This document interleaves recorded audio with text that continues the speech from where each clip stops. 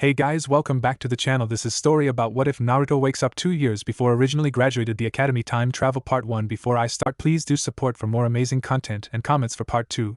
Do consider to subscribe my channel and share my video to your friends and check out the description as well. Let's start the video. A large, desolate, barren landscape stretched outwards for miles upon miles. Barren, charred and burnt trees stood like sentry skeletons, their lifeless limbs stretching towards the endless expanse of the bloodied red sky. A single wind drew its breath across the landscape as the sands slowly shifted under its unguided movements. 9 separate bodies lay strewn across the landscape, black cloaks surrounded them, hiding the limpness of their deceased bodies. Amid the death, a single figure stood. A long crimson cloak billowed around his form.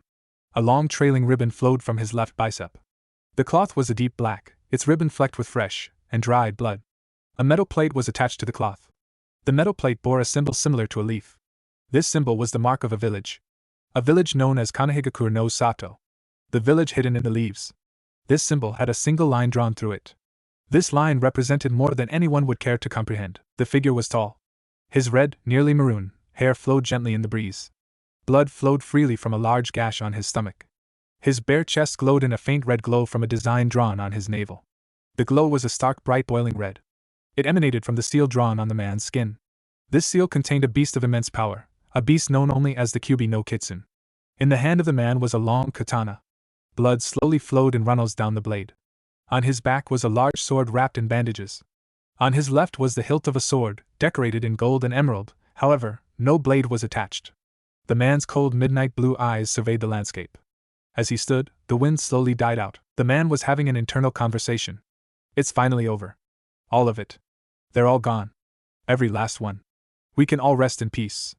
A deep rumbling voice from within the glowing red seal responded. Such a shame there isn't anyone left to revel in your glory, isn't it, kid? The man gave a small smile. Still so cynical like Kyubi? Even in death I guess our old habits don't die. The voice gave a low rumbling chuckle. I suppose you're right. There isn't anything left. No Akatsuki, no Konoha, no one. The man, whose name was Uzumaki Naruto, allowed a single tear to fall. Crying was not a luxury he had allowed himself during the battle. Have you ever stopped to wonder how many people died because of what you did? How much was lost? Naruto closed his eyes as images flashed through his mind. The cheerful eye smile of his sensei, Hatake Kakashi. The smiling face of Harino Sakura. The gluttonous grin of Akamichi Chuji. The lazy, disinterested stare of Nara Shikamaru. The shy, sparkling eyes of Hyuga Hinata. The stoic face of Aburame Shino. The boasting, cheerful visage of Inuzuka Kiba. The slightly disapproving, but kind, glare of Yamanaka Ino. The stoic, fate-obsessed persona of Hyuga Niji. The exuberant and excited Rock Lee. The smiling Hiroshi Tenten. The cheerful eye of the Sandame Hokage. The drunk, sleeping form of Tsunade, the Godame Hokage. The motherly, yelling picture of Shizen. The bearded and smoking Sarutobi Asuma. The bright red, glistening eyes of Yuhi Kurinai. The many faces of the citizens of Konoha. The hundreds of thousands of people across the elemental countries who had been killed in the rampage of the Akatsuki. Too much. Kyubi nodded. Those 2 words held so much within them that it was nearly impossible to comprehend what they truly meant to him. The Kyubi listened as Naruto began to speak once more. I suppose that it's time I held up my end of the bargain, isn't it, Kyubi? The Kyubi blinked. It hadn't truly expected him to be willing to release him, even after it was all said and done. And release me to what? This giant, endless wasteland? So I can watch for millions of years as you beasts rise from nothingness once more? No thanks. Instead, how about I help you out one more time? Naruto didn't know how to respond. In his 26 years of life, he had never expected something like this to happen. I don't see how, Kyubi. But if you want to, I don't think there's much I can do to stop you. The Kyubi grinned within its cage. I'm doing this because I won't be able to come with you. I'll be lost forever.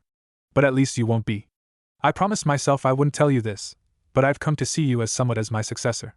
Naruto was speechless. The Kyubi thought that highly of him? Now I want you to fix all this. When I come back again, I want it to be in a world worth living. Before Naruto could ask exactly what he was going to do, a bright red and blue light engulfed him. The last thing he remembered before losing consciousness was a white stucco ceiling and pale canary yellow walls, and an uncomfortable bed and a lumpy pillow underneath his head. The Sandame Hokage stood over a small futon in a small dilapidated apartment. The white stucco ceiling was cracked and breaking, and the pale yellow walls were fading in color and sported several large holes. A rickety table stood on a peeling linoleum floor, a wheezing and coughing refrigerator stood near it. The counter was rotted and dirty, and the stovetop was cracked and broken in many places. The sink was dented and rusted in many areas. The carpet was thin and worn and had been beaten through in several places, leaving large holes in the fabric. The window panes were dark and smudged, and the wood paneling was thick and peeling with absorbed water. As Sarutobi observed these things, he couldn't help but feel at least a little bit responsible. Although Sarutobi had tried to prevent the mistreatment of Naruto, there was very little that he could do. When he had been younger, Naruto has frequently received beatings and attacks. They lessened as he grew older, and soon only drunks and vagrants attacked him. The drunks usually in some misplaced anger over the same event that drove them to end up pissed drunk in the first place, and the vagrants thinking maybe he had something worth a bit of cash on him. However, a mob of some sort usually formed on the 10th of October. These mobs weren't those that involved the whole town. Mostly just a decent-sized group of those who had just lost a fortune on some form of betting, just won a fortune on some form of betting, those who were drunk off their rockers, and those who simply had nowhere else to go. These mobs came together for a single intent and purpose: the death of one Uzumaki Naruto. Now, these mobs never made much progress. As soon as someone started chanting, "Kill the demon," they were being tracked by ANBU. And as soon as someone stated the name Uzumaki Naruto as the intended recipient of the mob's misdirected feelings, they themselves became recipients of their own intents. The third's decree was swiftly executed with extreme prejudice in the village of Konoha. The boy Naruto was under the protection of the decree, which read as follows: any person or entity, other than Uzumaki Naruto, who chooses to reveal the secret of the containment of the Kyubi no Kitsune within Uzumaki Naruto will suffer from the highest form of capital punishment under the orders of the third Hokage for reasons of subterfuge, treason, revealing level S-class village secrets, and endangerment of civilians and shinobi. Any person may be redeemed from this punishment only under the request of Uzumaki Naruto. Any citizen of Konoha seen or noted as mistreating, or acting in prejudice, against Uzumaki Naruto will suffer from a monetary penalty or carnal penalty depending on the severity of the action.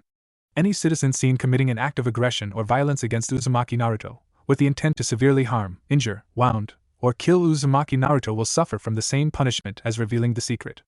This decree may only be repealed by the will of Uzumaki Naruto, or in the event of his death, the current Hokage. Signed, Sarutobi Sasuke, the third Hokage. The death toll in Konoha had risen a striking 57% after the issuing of the decree.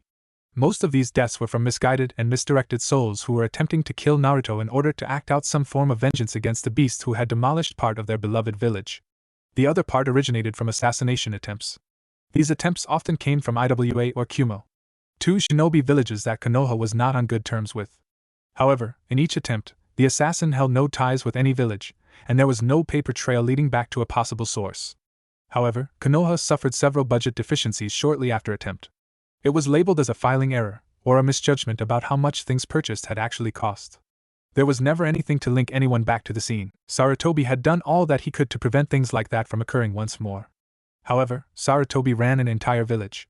He could delegate tasks to subordinates, but plenty of things required his signature, and nowadays Sarutobi was forced to carefully read through every document quite carefully. Gone were the carefree days of simply signing every paper that passed through his office, and only briefly checking over important documents.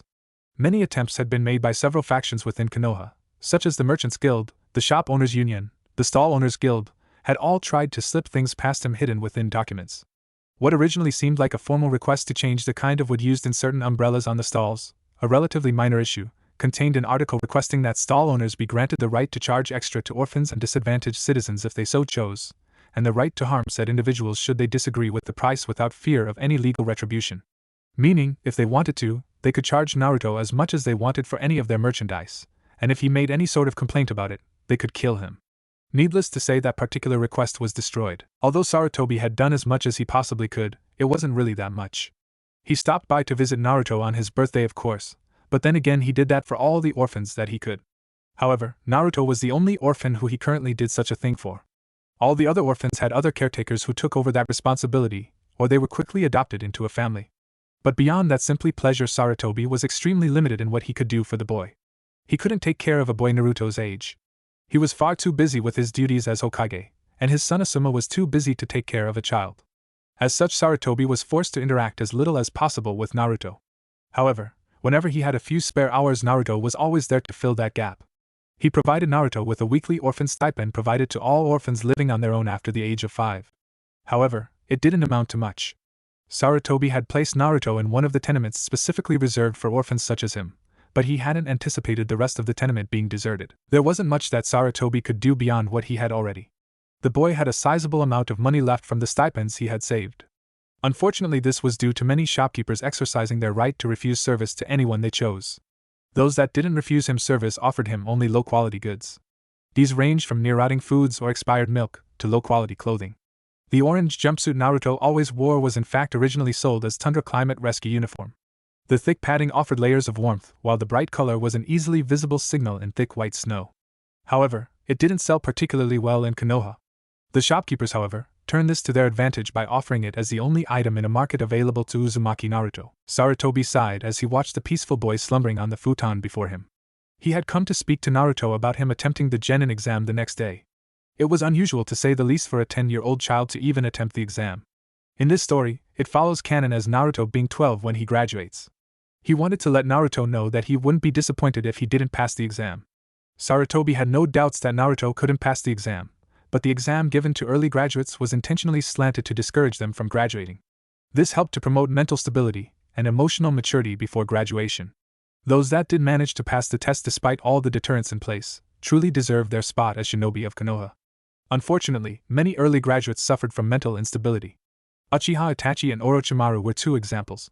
Kakashi had his own personal quirks, but he wasn't on the level of mental deterioration that Itachi and Orochimaru were.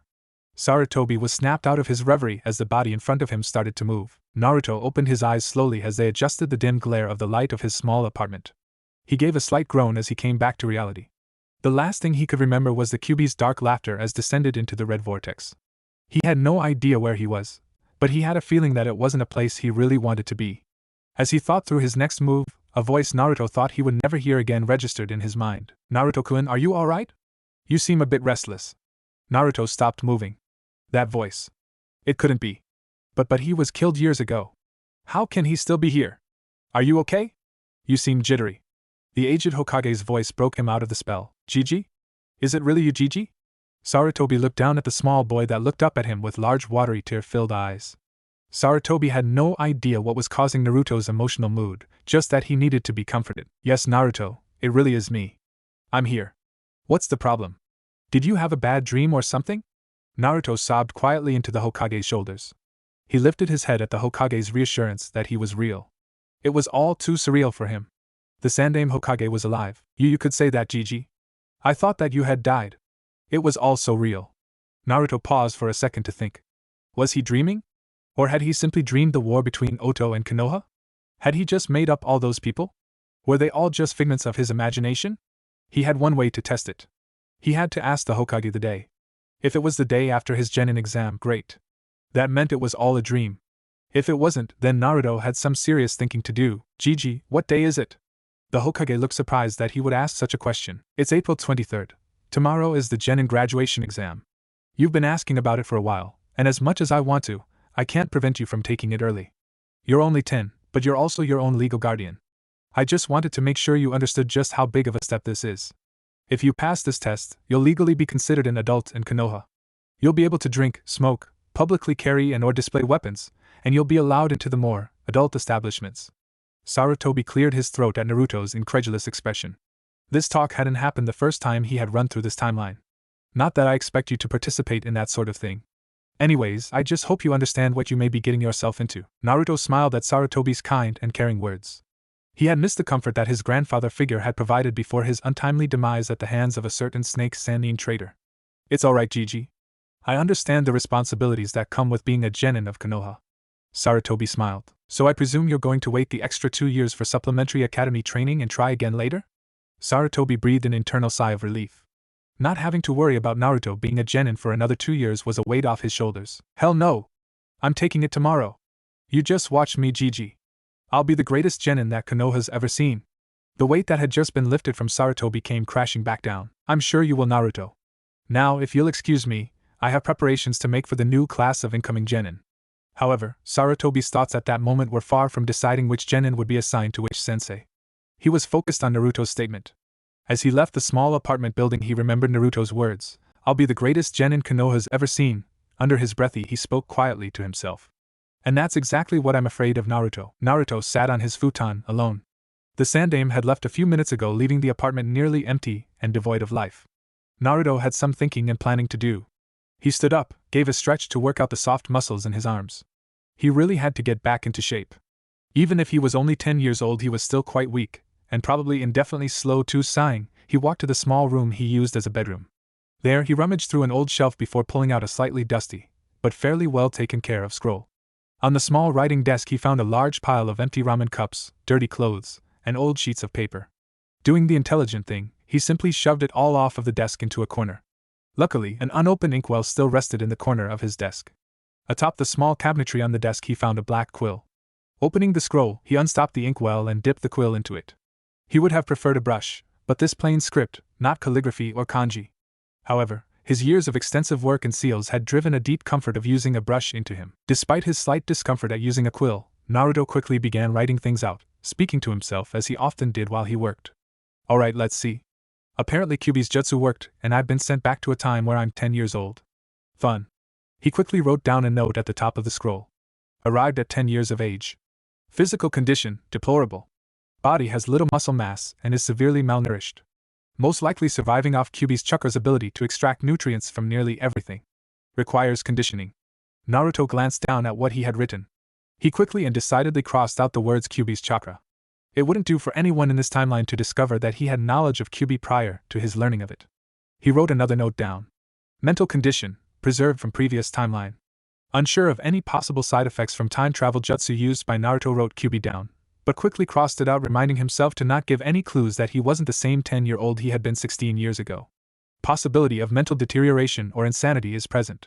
Must learn to control reactions to old acquaintances. Mustn't lose face as lovable idiot. Naruto noted what he had already written down. Below, he drew a straight line in a horizontal fashion, and at the end drew a much shorter vertical line crossing it. Beneath it he drew the kanji 410.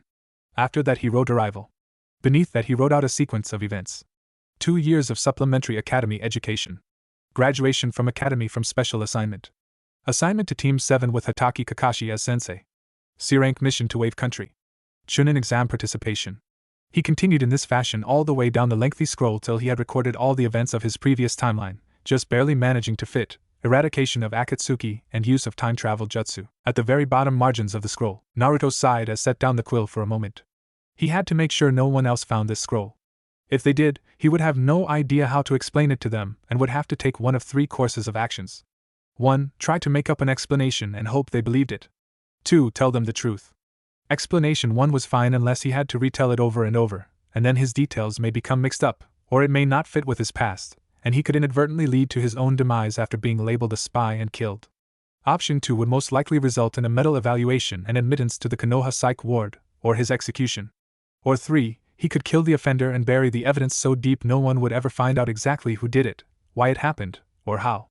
Naruto had taken over for Tsunade in many of the day-to-day paper filing tasks in his previous timeline. He knew just which papers to file where to make something disappear for good. However, Naruto didn't want anything to do with any of those outcomes.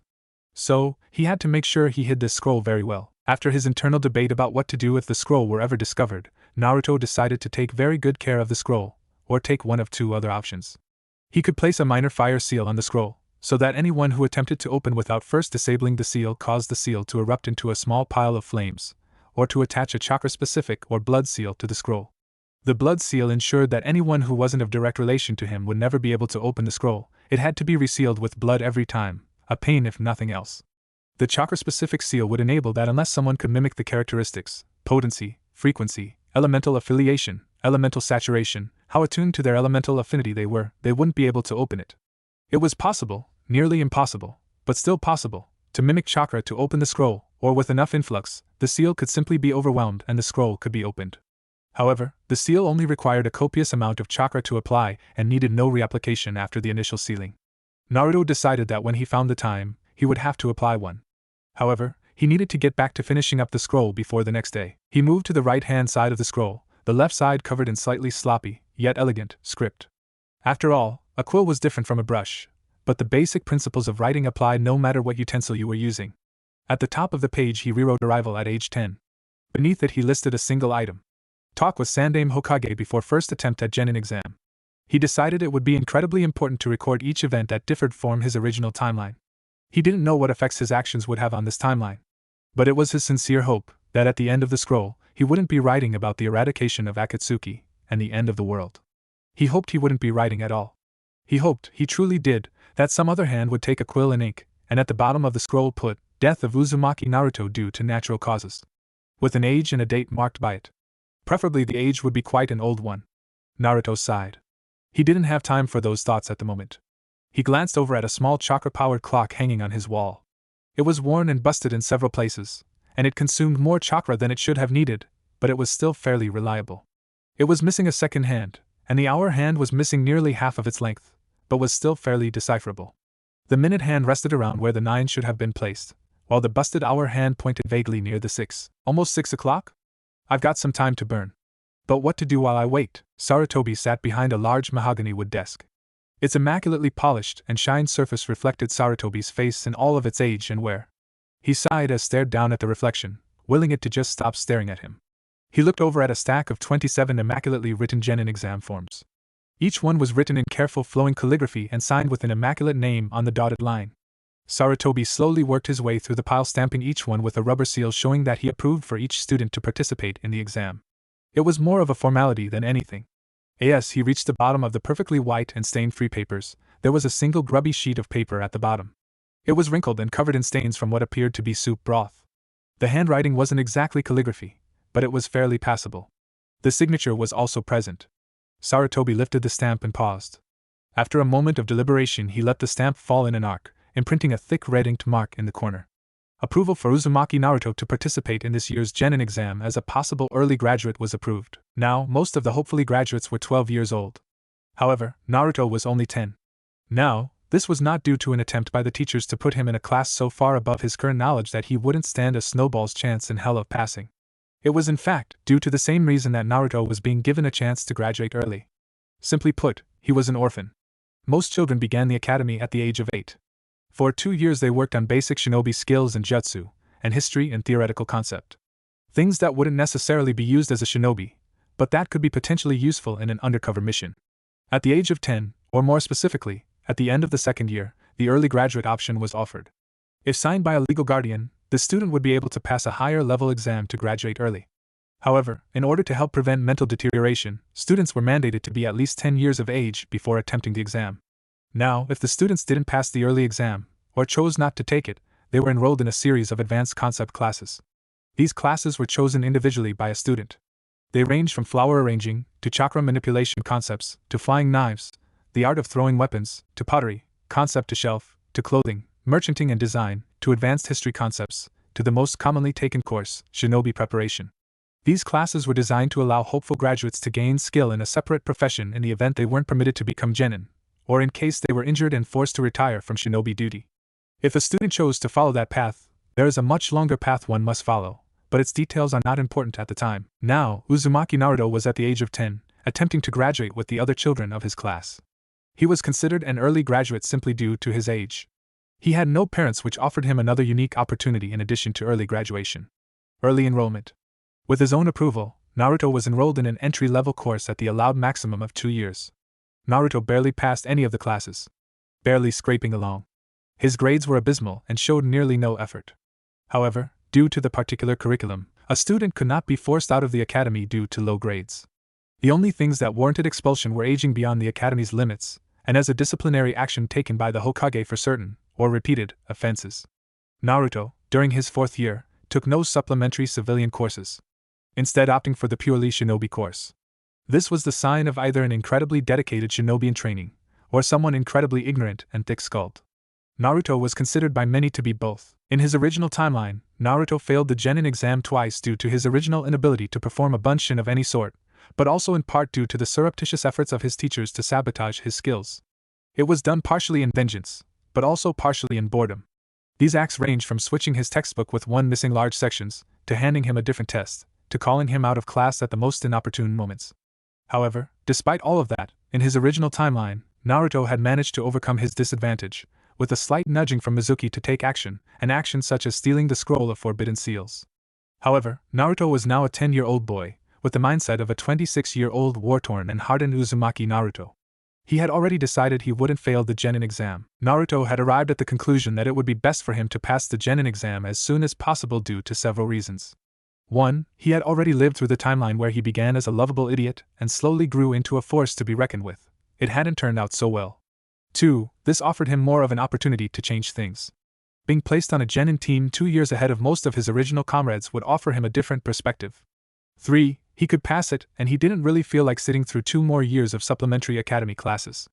Although he had the mindset of a 26-year-old Uzumaki Naruto, he still didn't have that long of an attention span for something so menial. With his decision made, Uzumaki Naruto stood in front of the large academy building. The windows were dark and empty, the hallways deserted, the doors locked for the night. Despite all of this, Naruto still found a sense of reverie in seeing the old building once more. After all, it had been one of the first institutions removed from shinobi lifestyle during the war.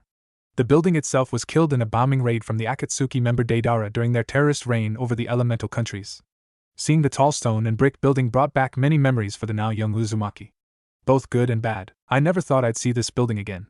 Then again, I never thought I'd see any of Konoha ever again. Naruto's words were spoken to a large and empty field. He placed his hand on the stone wall of the academy, as he slowly traced old grooves and scars in the rock created by pranks, or just plain weathering. But no matter how they got there, they bore meaning to Naruto. I finally get to come back and have a chance to get a real academy education. And what do I decide to do? I decide to graduate as soon as I possibly can. As Naruto slowly walked away from the academy building, if one looked closely, they would notice a single tear from the eye of Uzumaki Naruto. A loud ringing noise filled the air as Naruto groaned and rolled over in his small bed. His hand reached out from a tangled mess of bed sheets and covers to clamp down on the offending device. The clock gave a small sputtering clank as its noise died down for another day. Naruto groggily lifted himself from his bed before finally glancing at the clock. The small alarm clock had no arms, and bore no numbers. In fact, it didn't even have a face. The small thing was salvaged by Naruto, and he was able to set it so that it rang at approximately 5:30 every morning.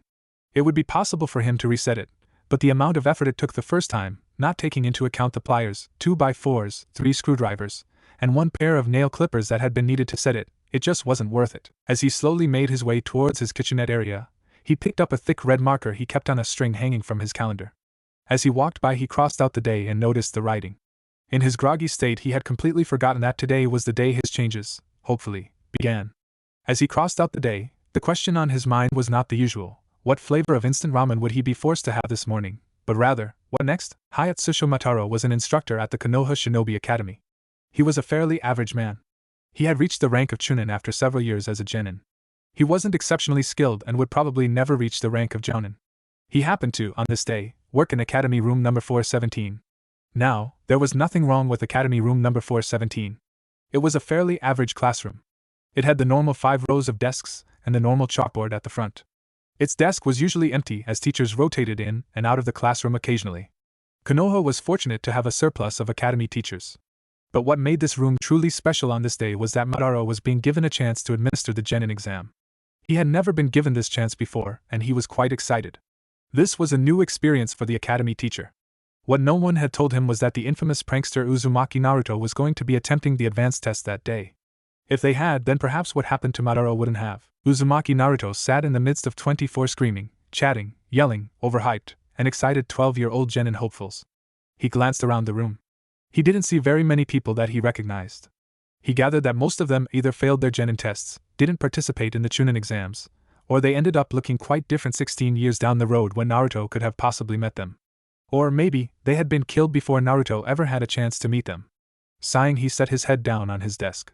He didn't know exactly what he was going to be asked to perform for this test, but he knew that it wouldn't be much of a challenge. A hush fell over the students as Madara walked into the room smiling. He looked over the students, his eyes stopping on Uzumaki Naruto. His mind was instantly thrown into turmoil. Not because he thought of Naruto as a demon, truth be told very few people did, they just used it as an insult and blamed him for the death of the yondaime, or any other variety of reasons, but because of Naruto's infamy for being a prankster. His eyes darted around the room, looking for any sort of trap or prank that could go off at any second. His mind was racing. He put something in here, I know he did. The stories about him tell that much. No teacher has ever even gone a single day without being pranked by Uzumaki Naruto. I have to be on my toes, I got to be sneaky. I can't let him know what I'm thinking. He isn't going to prank me.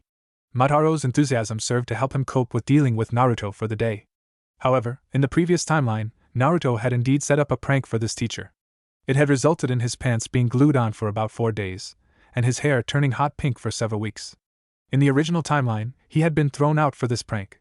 However, this time around, the teacher wouldn't step into the trap until several days later when he was cleaning up the classroom for the summer.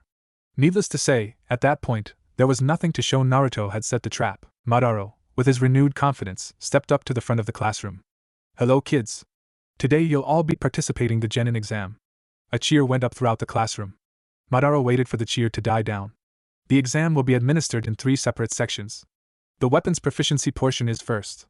You will be asked to show adequate skill in kunai and shuriken targeting, both stationary and moving. Second is the informational scenario test. You will be given a scenario on paper that you must describe how to handle in an acceptable and adequate fashion, meaning you must devise the best way to escape while taking minimal losses to your team and their supplies. Third, and last, is the Jutsu proficiency test. You will be asked to perform the 3 jutsu taught here at the academy. Now, if you are proficient in any other weapons, you may demonstrate this to me, and depending on your level of skill you may receive bonus credit for the weapons proficiency test. The same goes for the Jutsu proficiency test. Now, the first portion of the test will be the informational scenario. Please prepare your brushes or quills. You will have 1 hour and 30 minutes to take this test. Madara passed out 24 manila-colored sheets with a small amount of print at the top. He walked back to his desk, picked up a pink one and set it on Naruto's desk. As an early graduate, you'll have to take one of the more advanced situations. Please keep in mind your paper will also be graded on a much higher scale. Madara carefully walked away, keeping half an eye on Naruto. He didn't know when he would try anything. However, all he saw was Naruto give a small smile before picking up a brush and dipping it into the inkwell on his desk. Naruto looked at the scenario before him. You and your team were participating in an undercover intelligence gathering mission deep within IWA territory. You have just been discovered. A squad of 9 A and B level IWA nins are approaching your location. Your team is comprised of 3 jounin and 2 chunin. All of you are low on chakra, inhibiting the use of all but the most basic jutsu. You each have a supply of 5 kunai and 7 shuriken. You have 3.5 minutes to prepare for the arrival of the IWA nins.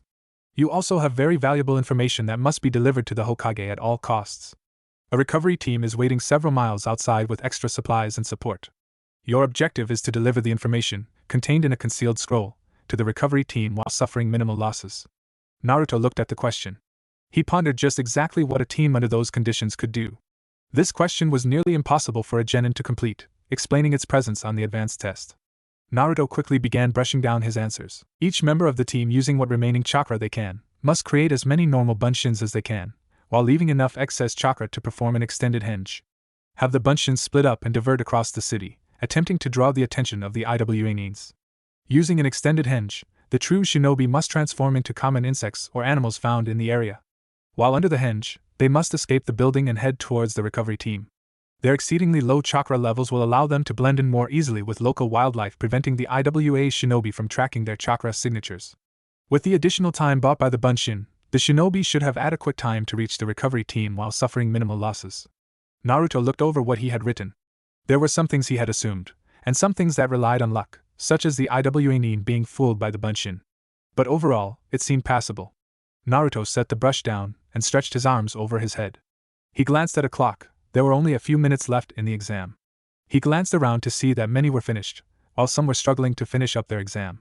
He leaned back and closed his eyes and waited for the teacher to end the exam. All right, everyone, set down your brushes or quill, sand hand in your tests. Naruto, place your test on my desk. It must be filed separately. Once you've handed me your test, please report to the practice field for the weapons proficiency exam. The students stretched as they stood, chatting with their friends over what scenario they had been given and what they had written. Naruto set his paper on the teacher's desk and walked out the door, following the multitudes of students out to the field. Once they were all there, they waited for Madara to arrive. He soon arrived carrying a large box of shuriken and kunai pouches. Set up at the other end of the field were targets. The 2 targets at the end of the field at the moment were stationary. In front of them were several long metal trays that sank into the ground. These trays were long and thin and contained moving targets for the next test. Alright students, you will each be given a pouch of kunai and shuriken. You will be asked to throw 10 kunai at one target, and 10 shuriken at another. The same test will be delivered a second time using moving targets. You must land at least 15 shuriken and kunai combined in the acceptable target range. If you wish to display proficiency in additional weapons, please approach me after the administration of this test. Madara passed out pouches of throwing weapons to students, allowing them a minute to be accustomed to the slightly heavier real weapons. As he approached Naruto, he handed him 2 pouches and explained what his advanced test would be. You will be asked to perform the same test as the other students with slightly changed rules. You must alternate between still and moving and kunai and shuriken upon my command. You must also have 18 kunai and shuriken within a small acceptable range to pass this test. Naruto nodded and took his 2 pouches. Their weight was familiar. The training weapons usually used at the academy were lighter and blunted, being made of a weaker alloy. Naruto had grown accustomed to the real thing after years of use. He watched as the students one by one threw their weapons at the targets. Some missed a few, some made most of them. A few people didn't quite make it, but since the test only required you to score passing on 2 of the 3 sections and do decent on the 3rd, they would still probably graduate even if they failed the thrown weapons. When it came to be Naruto's turn, he stepped up to the line and strapped the pouches on. Turning, he smirked at Madara. "Fire away, sensei." Slightly perturbed by the blonde's confidence, Madara began rattling off instructions. 3 kunai. Moving, still, moving. Shuriken, kunai, 2 shuriken, 3 kunai. Still, moving, moving, still. No matter how fast he spoke the instructions, Naruto's hands continued to fly in perfect form. The black and silver metal glinted in the sunlight as they streaked through the air, impacting the wooden targets. When the test was finished, Madara was quite surprised to see 20 shuriken and kunai stuck in wooden targets, each one no more than a few centimeters from the dead center of the bullseye. There was definitely something strange about the kid. Madara asked if anyone wished to participate in extra credit. Naruto briefly considered it, but he doubted they would have any full-weight bakken, wooden training swords, or real katanas, or real bastard swords similar in size to the ones wielded by Zabuza and Kisame. As such, he resisted in participating. The lighter training swords would simply throw off his balance, not to mention wielding a sword was far different from throwing weapons. Throwing weapons were easily adapted to despite height and weight changes. Naruto knew if he attempted to wield a sword without practice, he would most likely end up failing in some fashion due to his changed center of gravity. A few students tried to show off sword skills, but they were pitifully untrained in kenjutsu. He guessed that a few of them would receive a few points, since they managed to show that they planned to continue in the use of swords further along in their careers. Madara called everyone back inside to the small classroom where he explained the final jutsu test. "You will all be called into the exam room. There I will ask you to perform a passably successful kawarimi, henge, and 3 bunshin. You must be able to perform all 3, no exceptions. If you cannot perform one, you automatically fail this portion of this test. However, even if you do not perform well on one, you may perform extra credit jutsu if you wish. Now, if there are no further questions, first up, Akata Matai." Naruto sat patiently meditating while he observed all 24 students, one by one, enter the exam room, and leave with a Konoha headband newly tied onto some part of their body. At last, after minutes and minutes of waiting, Madara called his name. "Uzumaki Naruto." Naruto rose, stretched his arms, and slowly walked down the steps to the exam room. As he entered, he found Madara standing there, a gentle smile on his face. He hadn't been pranked all day, and he believed Naruto wouldn't attempt anything right as he was about to graduate. Madara's thoughts turned inward at that. Even if he completely and utterly fails this test, Naruto will still graduate. With how he did on the other tests, the Hokage would probably force his graduation if nothing else. Well, from what I can tell, he excelled on the written. He used knowledge most genin don't even have, and to a very effective point too. But he may decide to prank me if he knows he'll graduate. But he doesn't know about the written. I suppose I should just wait and see. Naruto watched as Madara began to sweat slightly, his smile becoming somewhat strained. He's not going to attempt to anything, is he? Well, even if he does, I can disable him fairly quickly. I may have the body of a 10-year-old, but my skills should still be about the same. Madara kept smiling as he finally began to speak. Alright Naruto, as I'm sure you know, you'll be taking an advanced portion of this test. This portion involves you doing 3 successive kawarimi, a near-perfect henge, including small details, and 5 bunshin, plus an additional type of bunshin not regularly taught at the academy. You may begin when you are ready. Naruto nodded. Without even moving his hand, he disappeared, a chair appearing in his place. Next, he appeared where Madara had previously been standing. Thirdly, he appeared standing in front of Madara, the desk and chair on the other side of the room from where they had been previously, the same with Madara and Naruto. The entire demonstration had only taken a fraction of a second. That was a flawless kawarimi combo. He didn't even use seals. What is this kid? Not to mention he switched with me. Switching with living objects, of different mass and size too, is incredibly hard. This child is some sort of prodigy. Madara looked at Naruto, who was waiting for approval to continue. Madara gave a slight nod, to which Naruto formed the seal for henge. He disappeared. Madara glanced around. He walked a few steps forward and found nothing. Squatting down, he looked at the floor. Where Naruto had previously stood was an insignificant minuscule dust mote. Madara blew gently on it, and Naruto released the henge. He used seals this time, but an advanced henge? Those aren't even common amongst jounin. This kid is something else. I'm nearly afraid to see what he has for the bunshin test. Madara nodded once more, to which Naruto nodded back. Without seals, 5 perfect bunshin appeared in front of Madara. He nodded. Naruto formed several seals before finally speaking the name of one of his jutsu, Konoha bunshin. Madara blinked in surprise. He had never heard of Konoha bunshin. In fact, Konoha was one of the only 2 grade 5 to not a bunshin technique specific to their country. However, Rumor had it that several years ago Kyumo had created a Rai Bunshin. No confirmation had been received though. But for a boy as young as Naruto to know a Bunshin like that, where had he learned it? Mataro watched as the smoke cleared, revealing 6 Narutos. In each of their mouths was a single green leaf. The one farthest to the right was first to speak. Mataro-sensei, do I pass? Mataro marked something his clipboard before smiling. With flying colors, Naruto. If I may ask, how did you create the Konoha Bunshin? I've never heard of such a thing. Mataro was quite interested in how a boy, only 10 years old no less, had created a new type of Bunshin. Naruto gave a small smile. It's simple. Bunshin are simply chakra-form constructs with a basic henge covering them for details. The basic Bunshin is simply a chakra construct in a human shape. What makes it easier than other Bunshin is that it's only chakra, there's no substance to it. With other Bunshins, you have to actively use your chakra to hold the material together to form the Bunshin. Once it's created, the chakra forms its own bonds and stays together. However, if one strikes a Bunshin, the chakra construct is disrupted and it falls apart. Mataro nodded. He understood basic concepts behind Bunshin, but he had never thought to apply it to leaves. Now, the Konoha Bunshin also have another interesting property. Mataro raised his eyebrows. He wanted to hear this. Naruto reached out a hand and punched a Konoha Bunshin in the face. However, the puff of smoke and scattering of leaves Mataro expected never came. Instead, the Bunshin merely shook its head and continued to smile. Mataro was shocked. This child had created a new type of Bunshin that wasn't destroyed in one hit. Forget prodigy, this kid was a legend in the making. But how? Bunshin are disrupted when you hit them.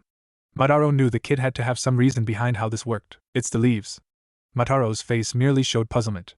Leaves have their own basic chakra circulatory systems since they were once living. As such, the chakra doesn't need to cling to itself to hold itself together. It flows through the leaves.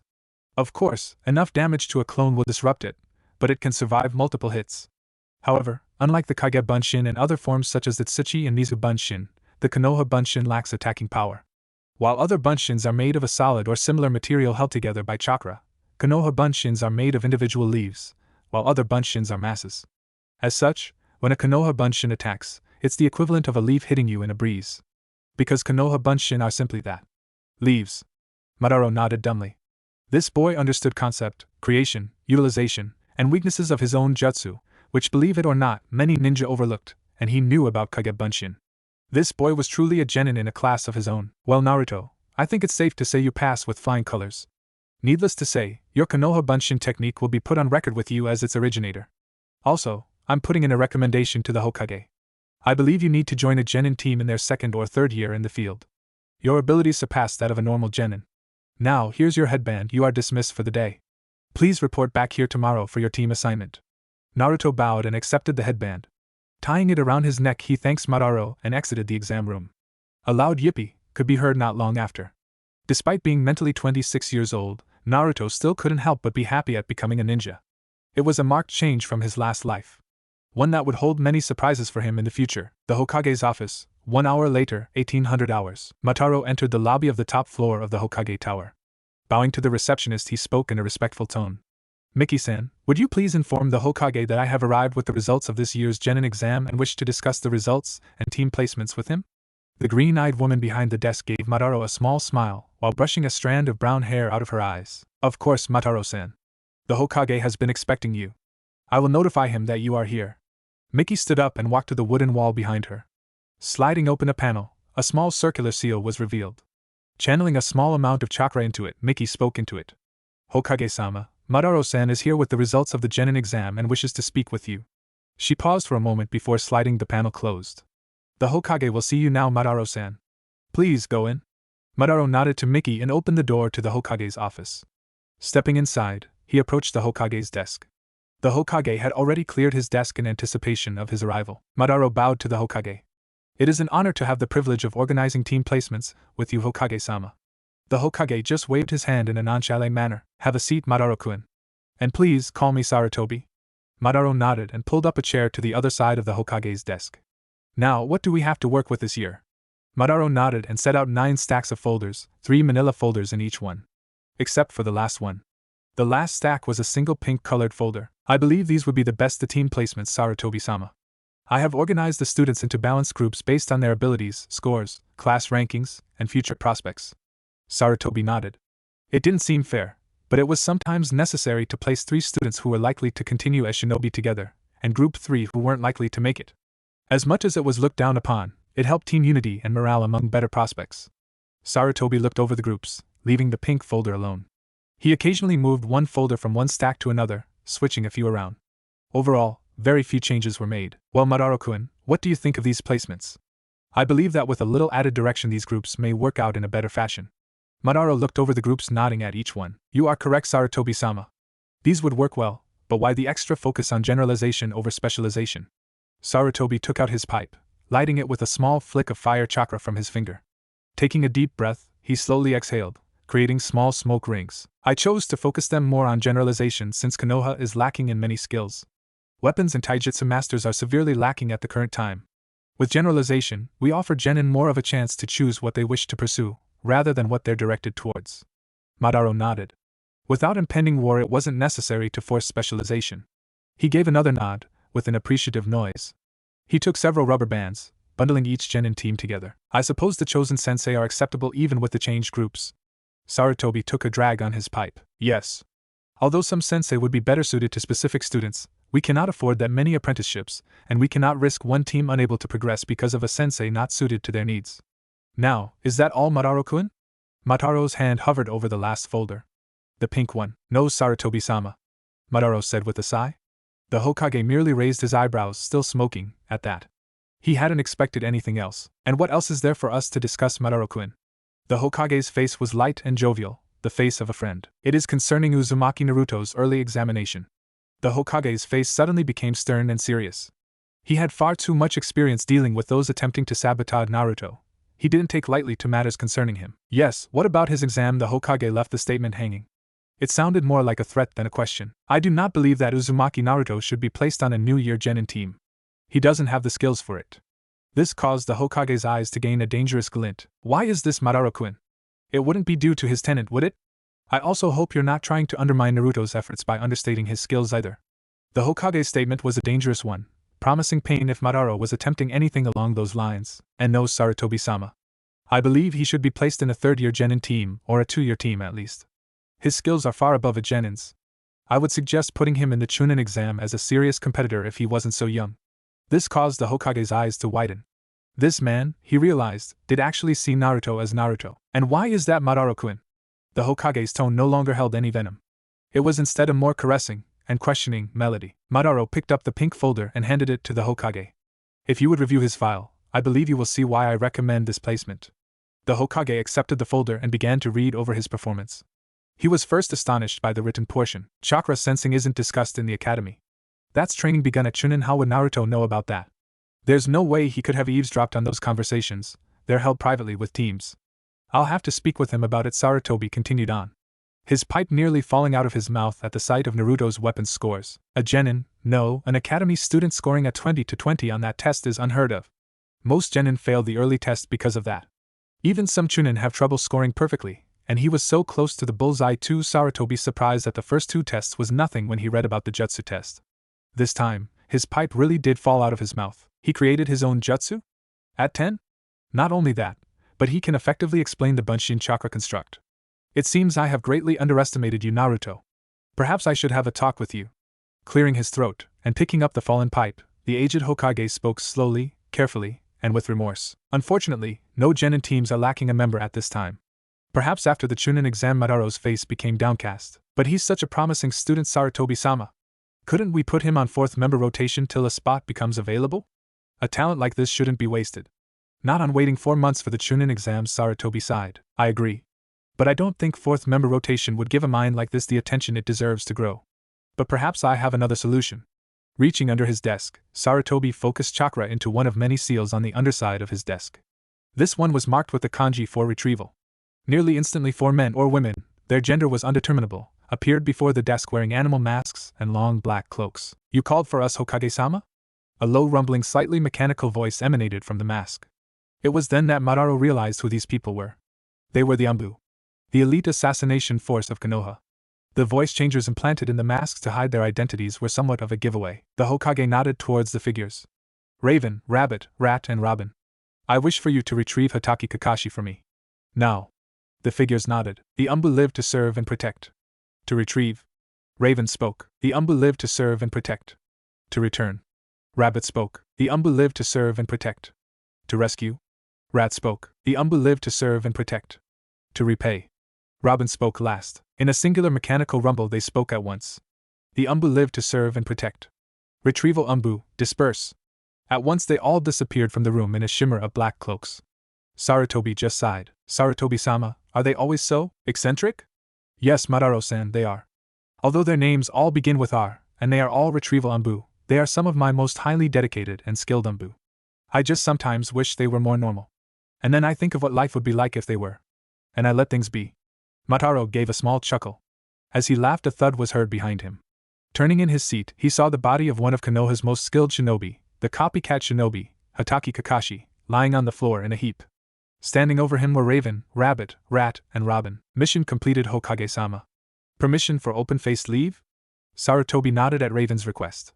The Umbu reached up, removing their masks, revealing feminine faces. Kakashi groaned. You asked for me, Hokage-sama? Sarutobi nodded, a smile spreading across his face. Yes, I did, Kakashi. What made you so sure? He looked up with his one eye, giving that familiar eye smile. You only send the R's if you're looking for me.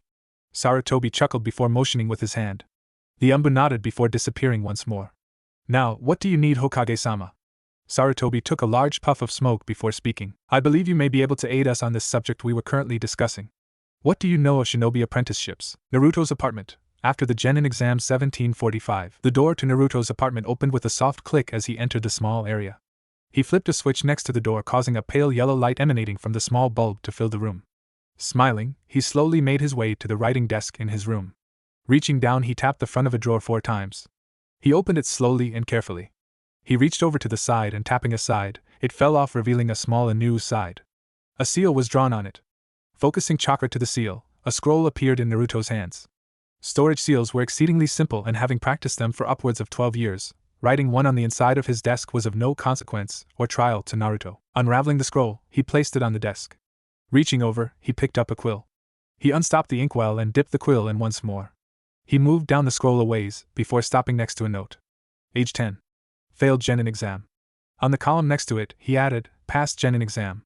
He looked over the events of his previous life. There weren't very many important ones early on. He realized that it would many more age annotations this time around. Giving a smile at how much better he believed this time around was going to be, Naruto stopped the ink bottle once more, and set the quill aside. After storing the scroll back in its seal, Naruto laid on the couch, absently running his finger across the headband. He noted how all the nicks and notches he remembered from his old one were missing. It was similar to his life, he thought. In his previous life, he was fulfilling expectations. He was living up to what he expected to be. In this life, he was starting anew. A fresh start. A new headband. Hatake Kakashi was a shinobi of renown. He was known throughout the 5 great villages as Sharingan Kakashi, the copycat ninja, Kakashi of the Sharingan Eye, the false Uchiha, and many more names. He was known for having copied almost every single jutsu he had ever seen. His implanted Sharingan Eye, gained from a fallen comrade in a failed mission in IWA years ago, allowed him to collect information on any jutsu he saw. He used this to great effect, turning shinobi's own jutsu against them in a battle. However, besides its obviously powerful effects of copying jutsu and other techniques, the biggest advantage given by a Sharingan Eye was the psychological advantage it offered. He had worked as an Umbu captain for years, often administering tests to prospective Genin teams, saying that if they passed he would work as a Jounin sensei. However, with his recent step-down, a nice way of saying he wasn't fit for Umbu duty anymore, he had inadvertently opened himself up for an apprenticeship. Something he never really wanted a part of. Apprenticeships worked much in the same way that Genin teams did, excepting the fact that an apprenticeship was one person along with their teacher, rather than a team. It was more common among specialists than generalists like Kakashi. Many expected Yuhi Kurinai to later become a genjutsu specialist and to apprentice certain students to her art. Another aspect was that many apprentices were chunin or newly ranked jounin. Genin often didn't have enough experience or developmental growth to be considered for an apprenticeship. Hatake Kakashi, despite his legendary talents and many accomplishments, had ended up with the newly promoted Genin, Uzumaki Naruto, as an apprentice. Many would wonder simply why Naruto was apprenticed to Kakashi of all people. In time, the denizens of Konoha would most likely come to resent the bond and instead favor placing Uchiha Sasuke as Kakashi's apprentice, as they both had the Sharingan. But the reason behind the placement was political persuasion and specialization. Sasuke was a combat assault specialist in the making. With his ability to predict movement, once he awakened his Sharingan, and his fire jutsu arsenal, he would be an excellent choice to place on the front lines in a war. On the other hand, Naruto's devious mind and preference for high-powered techniques made him perfect for an assassination specialist. Many people believed Kakashi to be a generalist, but his only original jutsu, Chidori and Raikiri, were used for assassination purposes. Even his summons, the Nin dogs, were used for assassination purposes. As such, Sarutobi had felt it would be best, given Naruto's exceptional scores on the test, to place him with Kakashi to be trained as an assassin. This is how Kakashi came to be standing in front of the academy building. He hadn't been here since he was about 6 years old. It reminded him too much of his quick ascent through the ranks. Of the war he was forced to endure because of his quick ascent. The war that sent him on a near-suicidal mission into the heart of IWA. The mission into the heart of IWA that took one of his teammates from him and drove the other one into the thralls of a hermit. The teammate that gave him his Sharingan reminded him of the IWA shinobi who attacked them. The IWA shinobi who were comrades of the IWA shinobi who drove his father to suicide. It was true that the academy building drove Kakashi's thoughts down a dark and ravaging pathway. However, he hoped that this time, a new set of memories would extend from the building. Ones along the lines of him experiencing good times with his apprentice. However, to Kakashi, that outcome wasn't very likely. Instead, his mind was filled with past memories of squads being driven into the mud and dirt, their faces streaked by tears and blood, their minds filled with turmoil and depression as the Hatake denounced them as ninja and rejected them from the program. In fact, one of those students had gone on to form a very successful restaurant business. Kakashi often visited the restaurant to speak with the former student and to laugh for a few minutes. Another former student had gone on to be a traveling merchant. He had laughed in the face of danger which caused him to fail as a ninja. On a trip through the dangerous grass country, he refused to hire a guide and ended up dying from ingesting several poisonous plants. In this collage of memories, Kakashi couldn't remember a single team, or student, who had been up to his standards, and this saddened him. Because for all his showing off and for all his attitude and nonchalance, inside Kakashi was a wreck. He was alone in the world. And even with his little orange books to shore up his emotional wreckage, he still had an empty hole in his heart. Kakashi stepped up to the door of the academy and glanced at the sun in the sky. He was, in fact, early. Thinking quickly of the memorial stone with Obito's name on it, Kakashi turned to leave. It was his duty to pay homage to his fallen comrades. However, at that moment, a moment from his past flashed through his mind. It was one he had all but forgotten through the years. Flashback. A young Kakashi sat on a stump next to his two teammates, Inuzuka Rin and Uchiha Obito. A tall blonde figure known as Namikaze Minato, the future fourth Hokage, stood grinning in front of them. Behind him was a large obsidian stone. Its face was covered in hundreds of tiny names, carved with the exact precision of the Aburain carvers. Minato had called the team's meeting at that particular location for a reason. He had decided it was time that they all got a lesson in humility. Alright, do any of you guys know what this is behind me? Rin and Obito's faces were clueless. Only Kakashi seemed to know what it was. It's the memorial stone, Minato-sensei. Minato smiled and nodded at Kakashi's declaration. He turned his back to them and looked at the large stone. The names of all of Konoha's greatest heroes are carved into this stone. This shinobi are held in the same prestige as every single legendary shinobi Konoha has ever produced. Their esteem is perhaps second only to that of the Hokage. At this, Obito began to grin. My name will be on that stone one day. I'll be remembered as one of Konoha's heroes. Minato didn't even turn at his student's declaration. They are remembered this way for being KIA. Do you know what that means, Obito? Obito shook his head. He didn't have any idea of what it meant. Without turning, Minato spoke again. It means killed in action. Every single name on here is one of a shinobi who was killed in service of Konoha. Rin and Obito's faces were shocked. Kakashi's, however, stood still and unmoving as ever. Take back what you said now, Obito. Kakashi's voice, although seemingly emotionless, held the barest hints of a mocking tone. At this, Obito's face became stern. No. Even Minato seemed surprised at Obito's declaration. Taking it back would dishonor those who have died. Dying in combat is an honorable death for a shinobi. I'd rather die fighting than lying in a bed old and helpless. If my name ever graces that stone, then I want it to serve to show people that Konoha shinobi aren't cowards. And I'd want them to remember that I sacrificed what I had to for the village, not that I was dead. Minato smiled at what Obito said. That's quite a declaration for you, Obito, and I'm proud of it. You have the true heart of a Konoha shinobi. Obito grinned as Minato ruffled his hair. Kakashi huffed and turned away. None of them knew that less than half a year later Obito would be lying, barely alive, underneath a rock, and that his name would end up on the stone like he said it would. No one knew that years later, Minato's name would join his on the stone after the sealing of Kyubi. Because at that moment, they had truly been a team. End flashback. Kakashi's hand rested on the doorknob to the academy. He hadn't realized he'd been walking closer to the door in his reverie. As he envisioned two teens come jumping off the steps, large grins on their faces, a much younger boy behind them scoffing at their actions, a tall blonde figure laughing at their antics trailing behind them. He shook his head. Have I been wrong this whole time? Was I doing what I should have been?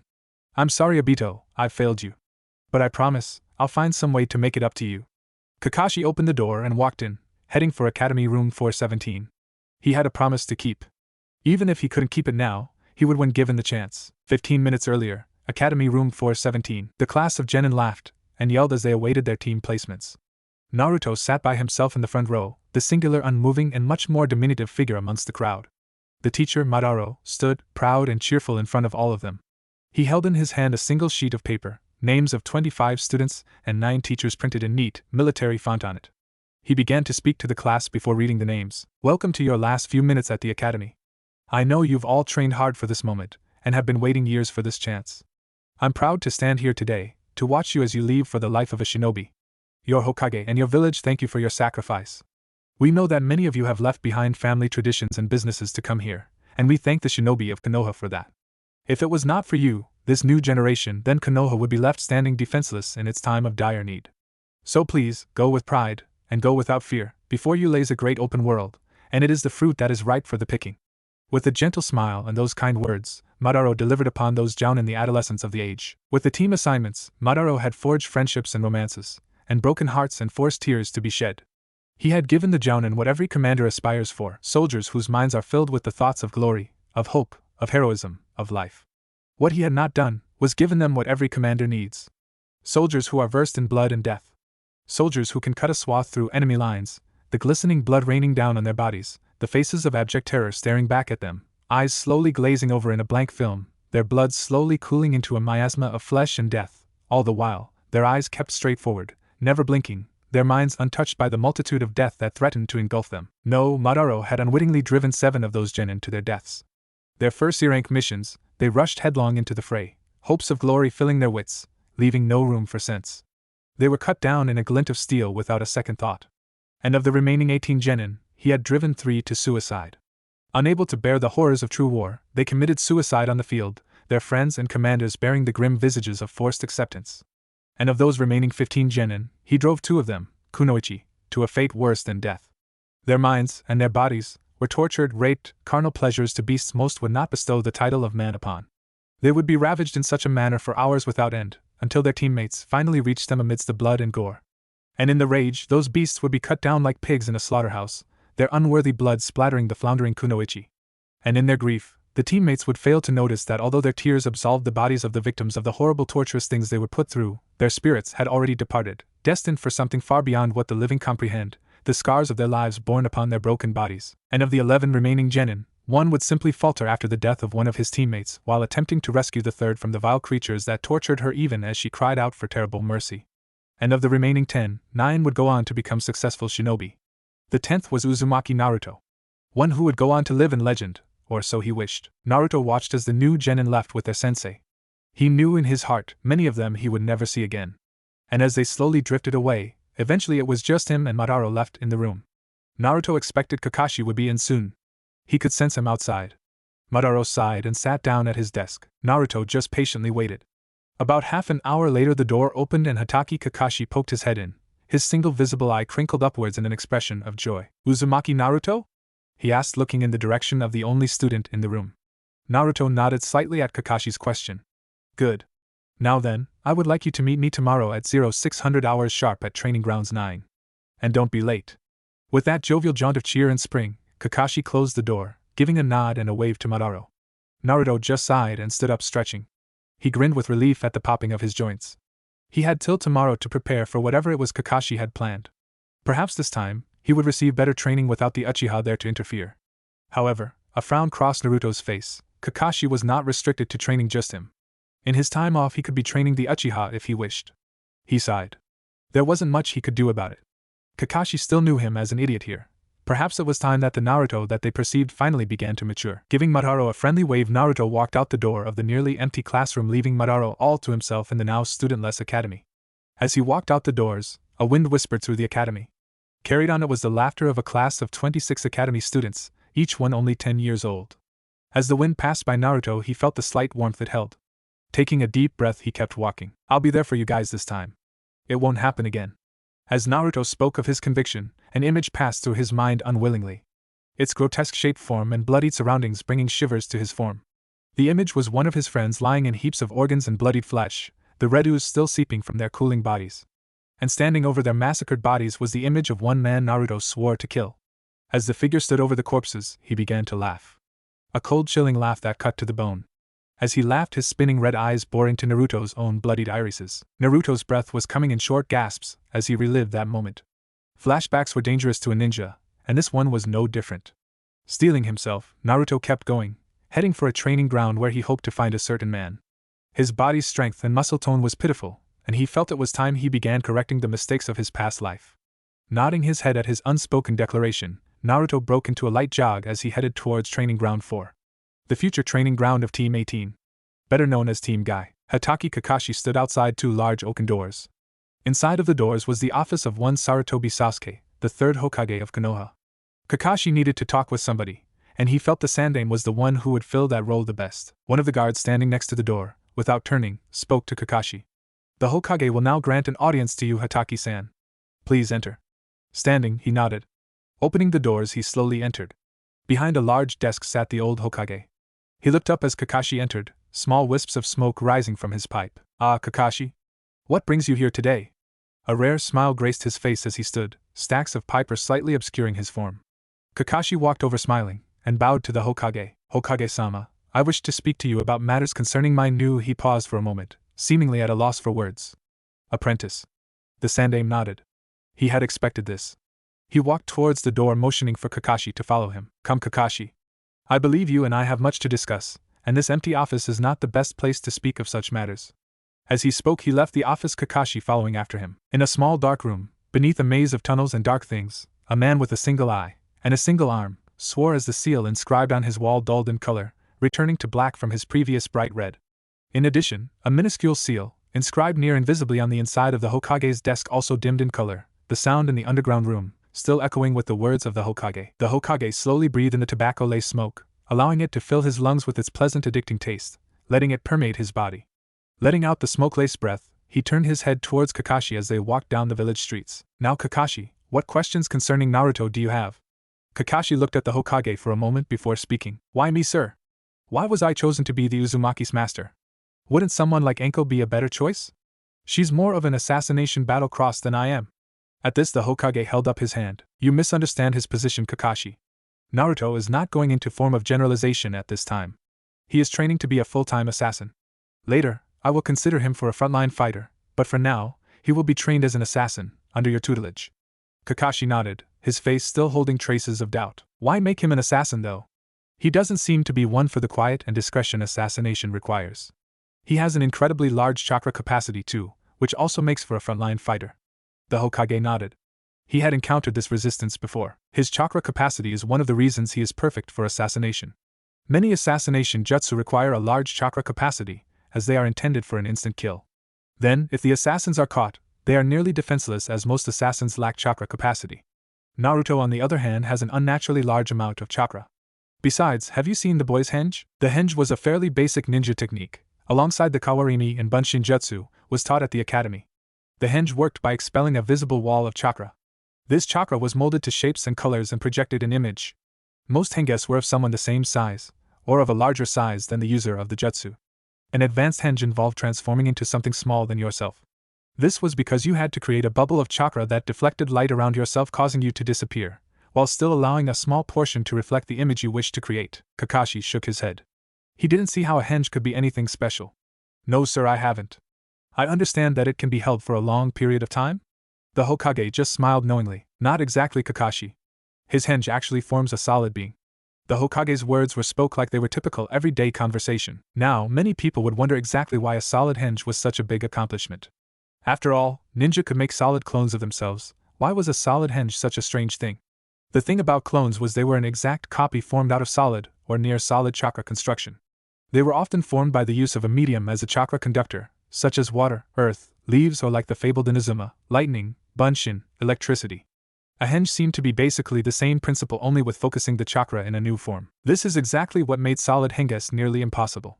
Normal henges consisted of the chakra pushed outwards, or simply flowing around a person.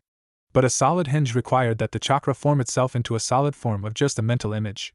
The chakra actually had to become real flesh and blood. A solid hinge, if cut, would bleed. However, forcing chakra outside of your body, while drawing in enough natural chakra to cause it to become a real being, was something special. Kakashi's eye widened at the mention of that. A solid hinge was not unheard of, but it was considered nearly impossible to learn, even harder to perform, and beyond impossible to recreate after the first shinobi, one of the 12 chakra sages, who ever created it. And here, a boy only 10 years old, had recreated a technique created by one of the 12 founding shinobi. You're serious? The Hokage nodded. Kakashi just shook his head and started counting the gods he had to thank for giving him such an incredibly promising student. Now Kakashi, before I actually let you go to teach the boy, seeing as how you're very excited by that prospect, I would like to discuss your use of Chidori and Raikiri as assassination techniques, and your possible thoughts of teaching them to Naruto. Kakashi nodded as the Hokage began to speak. In the shadows of a nearby food stall, a man quietly enjoying his onigiri was taking notice of every word that he could. However, he heard no mention of the kyubi, and he couldn't quite catch the name as it was spoken in hushed tones. However, the mention of an incredibly powerful technique recreated by a young boy was an interesting prospect. He finished his onigiri and green tea before politely excusing himself. As he left the stall, a slight wind ruffled his sleeve, allowing one to catch the barest glimpse of a large tree tattooed on his left bicep, its roots extending along his muscles. Meito Gai was renowned far and wide as a true master of taijutsu. Although he could use chakra, he rarely utilized it, instead favoring to use hand-to-hand techniques. His body was toned to a point of near perfection. It was said his strength could almost rival Tsunade's monstrous strength. If Gai's control were placed on the same level, his punches would be the most devastating in the world. However, years of strict physical training had diminished Gai's chakra control, and as he had begun focusing on physical strength at a rather young age, he had neglected to grow his chakra capacity during the years in which he would have the highest level of growth. Although he utilized very few chakra techniques, that was not to mean Gai was not proficient in the ones he did use. On the contrary, Gai had the few techniques that he did use down to a near art form. It was said, even with his minuscule, in comparison, chakra capacity, Gai could summon the boss of any summon contract with chakra left to spare. This was not simply due to control. Gai had altered the technique in such a way that enabled him to perform such amazing feats. No one quite understood how Gai did it, but then again, no one understood the summoning technique either. No one understood Gai for that matter either. Gai was also one of the jounin who were lucky enough to have taken genin teams under their wings. Gai's teams was Team 18. It consisted of Rock Lee, Higurashi Tenten, and Hyuga Niji. Rock Lee was nearly a carbon copy of Gai. He wore the same green spandex training suit, and had the same black, bowl-cut hair, and the same disturbingly sized eyebrows. He was unable to use chakra due to a defect in his chakra system. The defect caused his system to systematically eradicate any of the small amounts of excess chakra that he produced. This led Lee to become a taijutsu specialist, much like his sensei. Higurashi Tenten was the second student of Meito Gai. Tenten helped in running the Higurashi weapons store, located in the market district. The main head of the store was her father, a retired Tokubetsu jounin, Higurashi Mudi. Tenten specialized in the use of weaponry, both long and short range. She was also one of the few shinobi who could use some of the more exotic and foreign weapons to at least a small degree of proficiency. These ranged from sickles, to knives, to scythes, to maces, to ball and chains, to clubs, to many other manners of weapons. However, Tenten's weapons proficiency had cost her in her other skills. She knew very few ninjutsu, and knew almost no genjutsu. Her taijutsu was very weak, relying almost solely on weaponry. However, the techniques that Tenten did know were used to devastating effect. She had also mastered, to a small degree, a few fuinjutsu, mainly the storage and transportation seals. The last student of Meito Gai was Hyuga Niji. Niji was the son of Hizashi, the twin brother of Hayashi, the head of the Hyuga clan. Niji was a member of the branch house of the Hyuga clan. As his father's life was sacrificed under extenuating circumstances that Niji was not privy to, he had come to blame his misfortune on the main house, and his cousin, Hinata. Niji was a genius of the Hyuga style, the Juken. Although he had great skill concerning his taijutsu, and his bloodline, the Byakugan, he was hardly proficient in any ninjutsu, or genjutsu. Meito Gai was chosen as their sensei as he could draw out Tenten's and Niji's taijutsu abilities, while aiding Lee. However, they were neglected in other fields. Gai had been thinking of ways to help them overcome this disadvantage. The only solution he could think of was to ask his eternal rival, Hatake Kakashi, for assistance regarding jutsu training. However, Gai's pride and flames of youth would not allow him to do such a thing. Gai had been sitting on a tree stump pondering this question while his students sparred in another area of the training ground. It was this sight that Naruto encountered as he approached Gai's team. Gai sitting on a stump while his students sparred. Naruto did a double take as he noticed Gai's team sparring. They shouldn't have graduated from the academy for another year. He walked up to Gai, his students still in his mind, and stood in front of him, waiting for Guy to notice him. However, after a few moments, it appeared that Guy was going to do no such thing as he was absorbed too deeply in his own thoughts. Naruto broke the silence with a simple request. "Excuse me, Mato-san, but may I have a moment of your time?" No sooner had Naruto finished his question than Guy looked up, a spark in his eye. Without even glancing towards Naruto, he flung his arms skyward, catching Naruto under the jaw with a fist, sending him spiraling. "Yash! I have it! I will ask the Hokage to teach my students ninjutsu." Although Sandaime-sama is not as young as he once was, his flames of youth still burn brightly. Suddenly realizing something, he drooped. But the Sandaime is a very busy man. He will not have the time. Oh well, back to the drawing board. During his outburst, Guy had caught the attention of his students, but that was soon distracted by the small child sailing through the air. Lee had been in the process of initiating a Konoha senpu aimed towards Niji at the time. However, Guy's outburst caused him to change his course, and he had already committed to completing the move. As such, he couldn't stop it. His distraction caused his kick to instead collide with the head of Uzumaki Naruto. Naruto's vision began to fade away. The last thing he saw was the image of Lee and Tenten running towards him. The last words he heard were, "Oh no. Guy-sensei, forgive me. In my unyouthfulness I have killed a young child." Lee burst in great heaving sobs as he kneeled by Naruto's body. Naruto had one last thought before he passed out. Maybe this wasn't such a great idea after all. A dark empty stone cavern stood nearly empty. A large seal on the wall glowed brightly as voices drifted throughout the cavern. A man sat behind a large desk, listening to the voices. The man has a bandage that encircled his head, covering his right eye. He was also missing his right arm, and carried a cane. Dark greasy hair drifted lazily in front of his face, his single visible eye seemingly drooping along with the rest of his pale and waxy skin. On the desk was the image of a large tree, its roots extending along its lengths and down the sides. The man's name was Danzo. Danzo was a member of Konoha's shinobi council. He was the antithesis to the third Hokage. He wished for war and chaos and blood and death, whereas the third Hokage preferred to vie for peace and prosperity. Danzo had also headed the Konoha Black Ops division known as Root. Root had been officially disbanded after the Second Great War under the rule of the Naidame Hokage. Root's original purpose had been deep infiltration and suicide missions. Because of the emotional training they received, Root operatives would never crack under torture or lose sight of their objective. Their participation in the Second Great War turned the tides for Konoha. However, the Naidame had seen the methods as inhumane, and disbanded the group. Danzo, however, had other ideas. Root had simply gone underground, quite literally, and continued to operate, their allegiance now being owed to Danzo rather than to the Hokage. Danzo had long opposed the Sandaime, and sought to seize power for himself. His espionage tactics were underhanded and ruthless. He kept himself well informed. On the inside of Sarutobi's desk, a minuscule seal had been carved. This was a sound transfer seal. It took in any sound from the Hokage's office, and played it back through the much larger seal in Danzo's office. The larger seal acted as an amplifier, allowing the barely heard sounds to be fully comprehended. As Danzo listened to the usual mission reports, the door to his office opened. Barely even turning his head to regard the man standing in the doorway, he spoke. "What do you have to report?" His voice was low and meaningful. No syllable was wasted. It was also greasy and snake-like, slipping and spilling from his mouth, like a dribble of vomit and drool.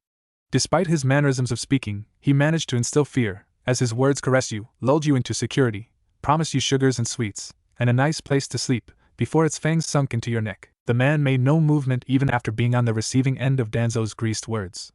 "I was positioned at a small onigiri stand, just as you ordered, Danzo-sama.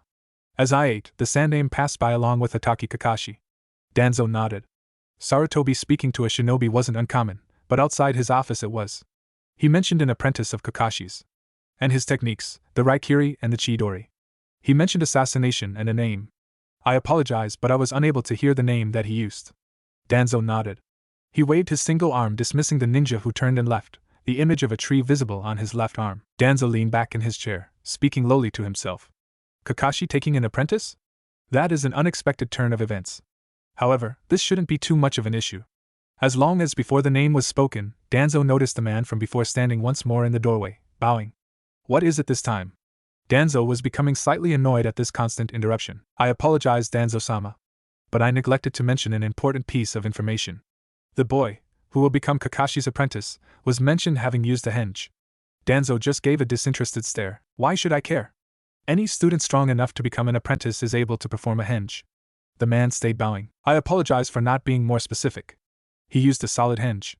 A technique, from what I heard, has not been seen since the days of the 12 chakra sages. At that, Danzo's eye widened. His previous thoughts of killing the forgetful operative had fled his mind. Are you sure that they said it was a technique from the 12 chakra sages? The man nodded. Danzo waved his arm, dismissing the man, talking to himself. The 12 chakra sages, masters of mind and body and teachers of the 6 paths sage, for one to recreate one of their techniques, they would have to be no. It's impossible. That particular trait died out hundreds of years ago. Orochimaru's experiments couldn't even get it to work. Danzo was left to his rambling as he reached out a hand and withdrew chakra from the seal on the wall, diminishing its glow and reducing its glow. He would never realize it, but this caused him to miss out on the name of the person whom he was thinking about at that very moment. In the Sandame's office, the old Sarutobi looked at Kakashi before taking a long drag on his pipe, slowly exhaling, the smoke puffing out and lilting lazy rings. Kakashi made no motion of any sort, his body in his standard lackadaisical slouch, his single visible eye lightly drooping downwards.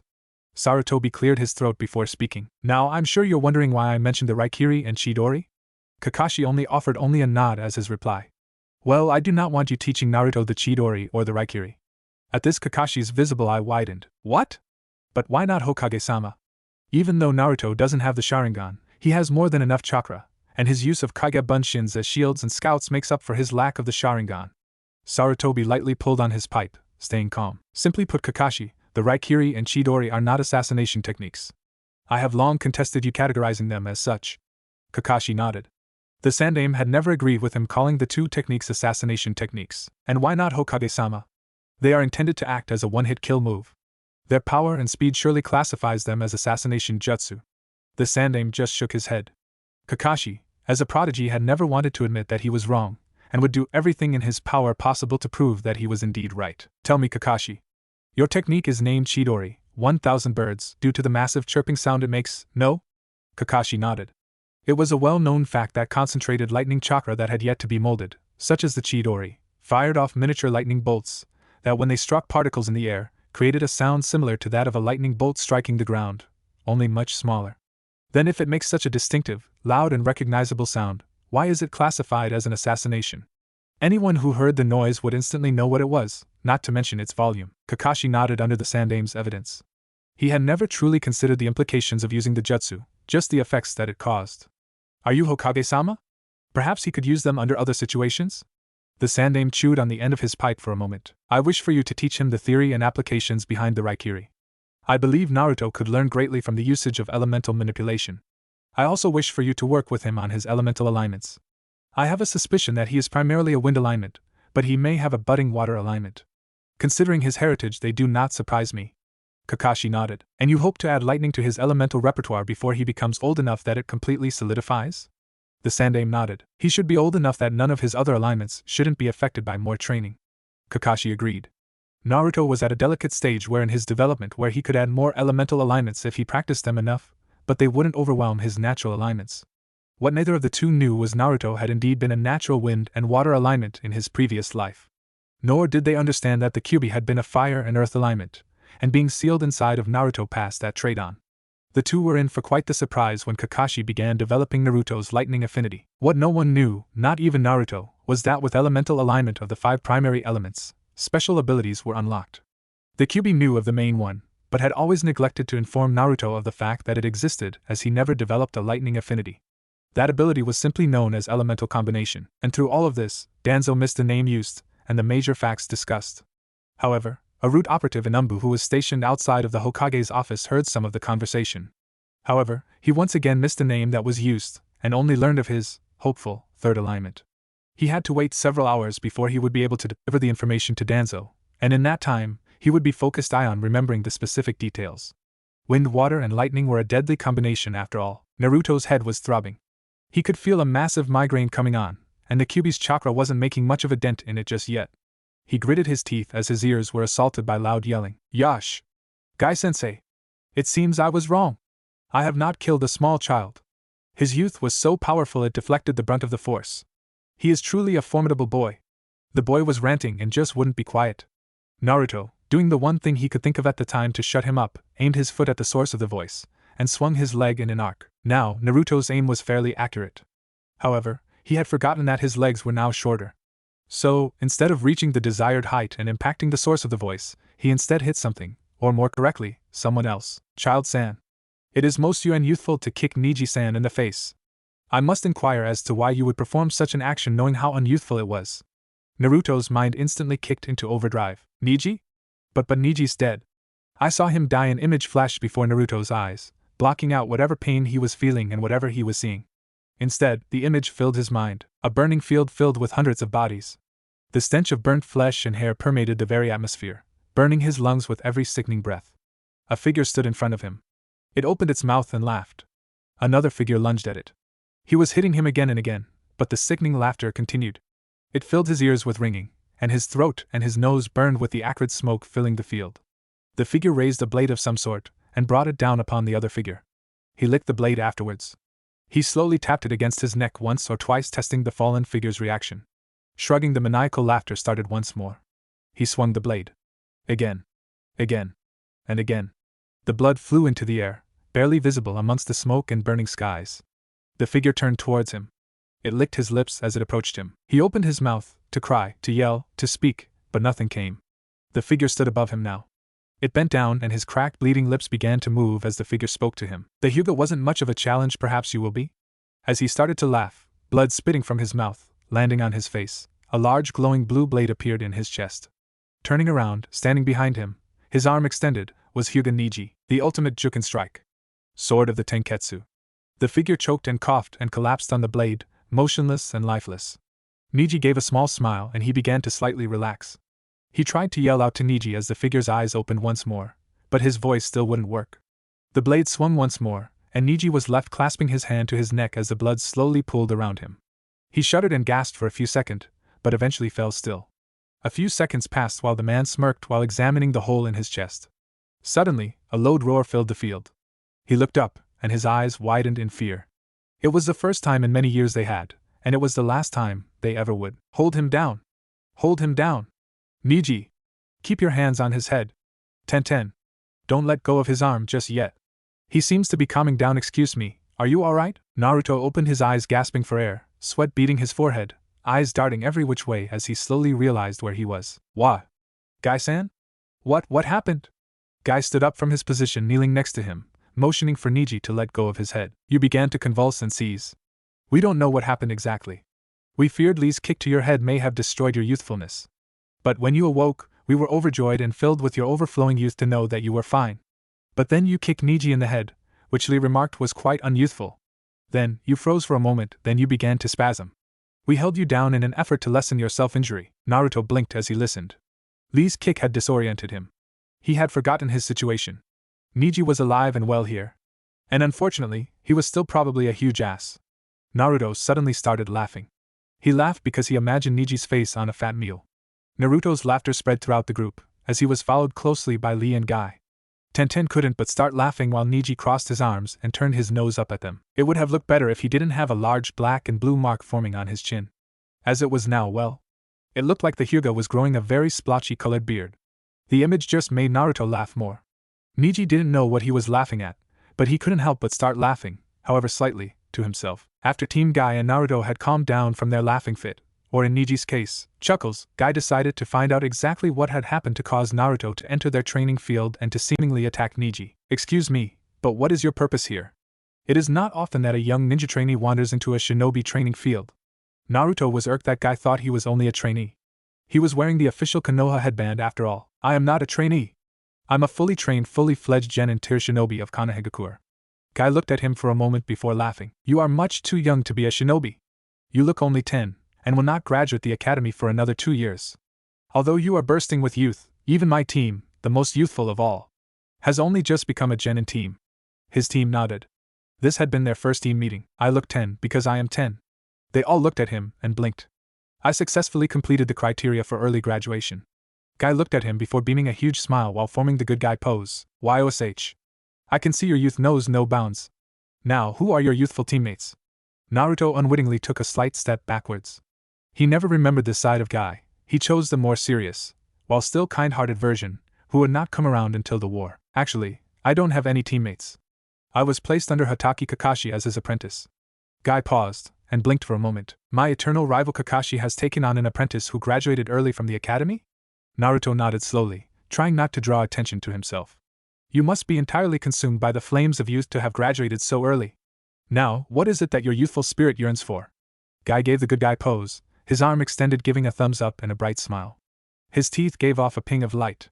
Naruto just shook it off with a shiver. I came to see if perhaps you could help me with physical conditioning.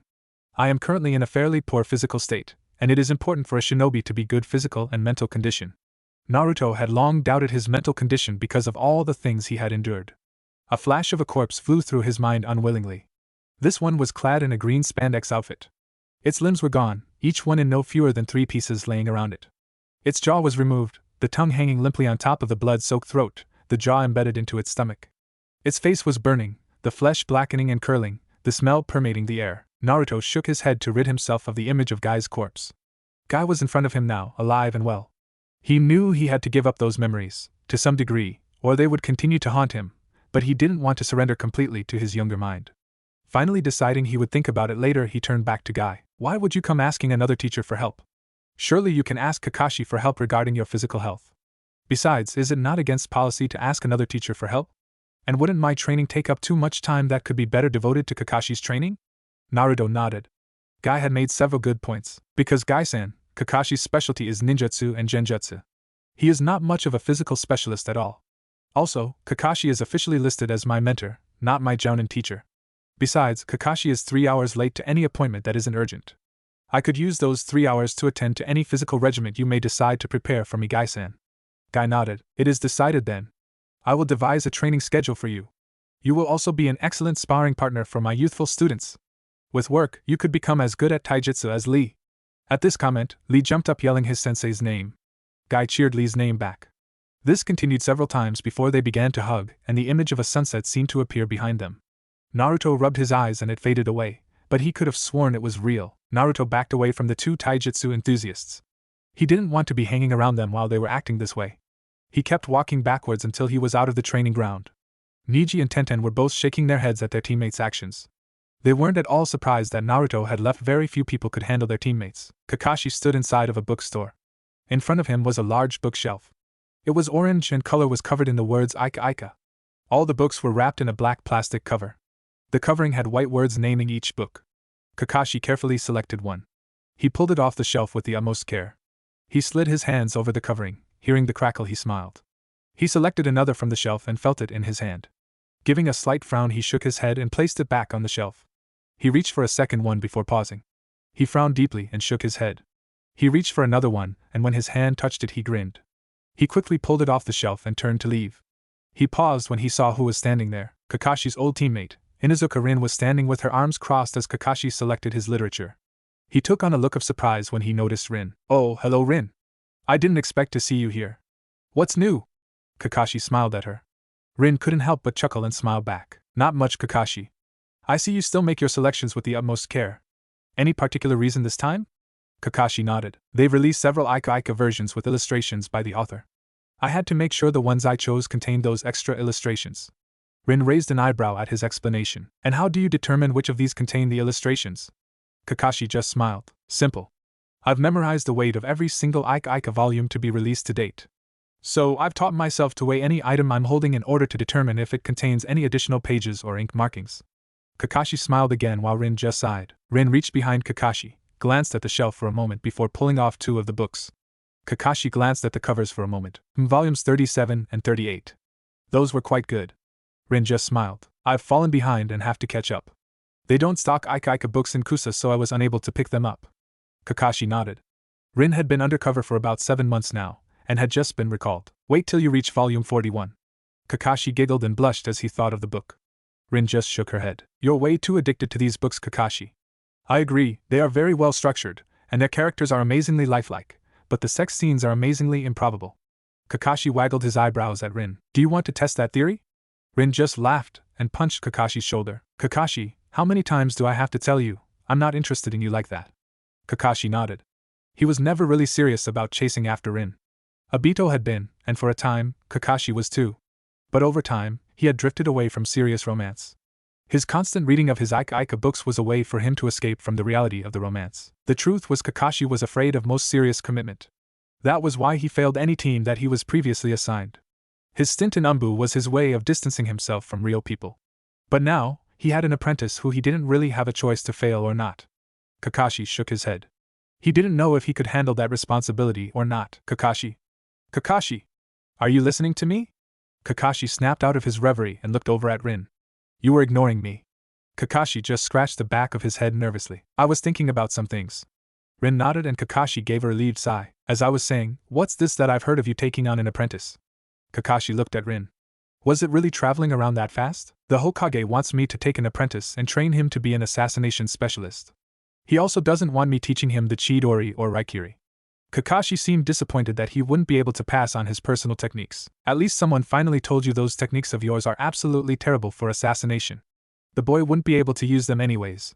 You need the Sharingan for them to work properly. Kakashi nodded weakly. He had known that it required the Sharingan. He had hoped that he would be able to pass the technique on to his children. The little-known truth was that after Rin, Kakashi had fallen in love once more.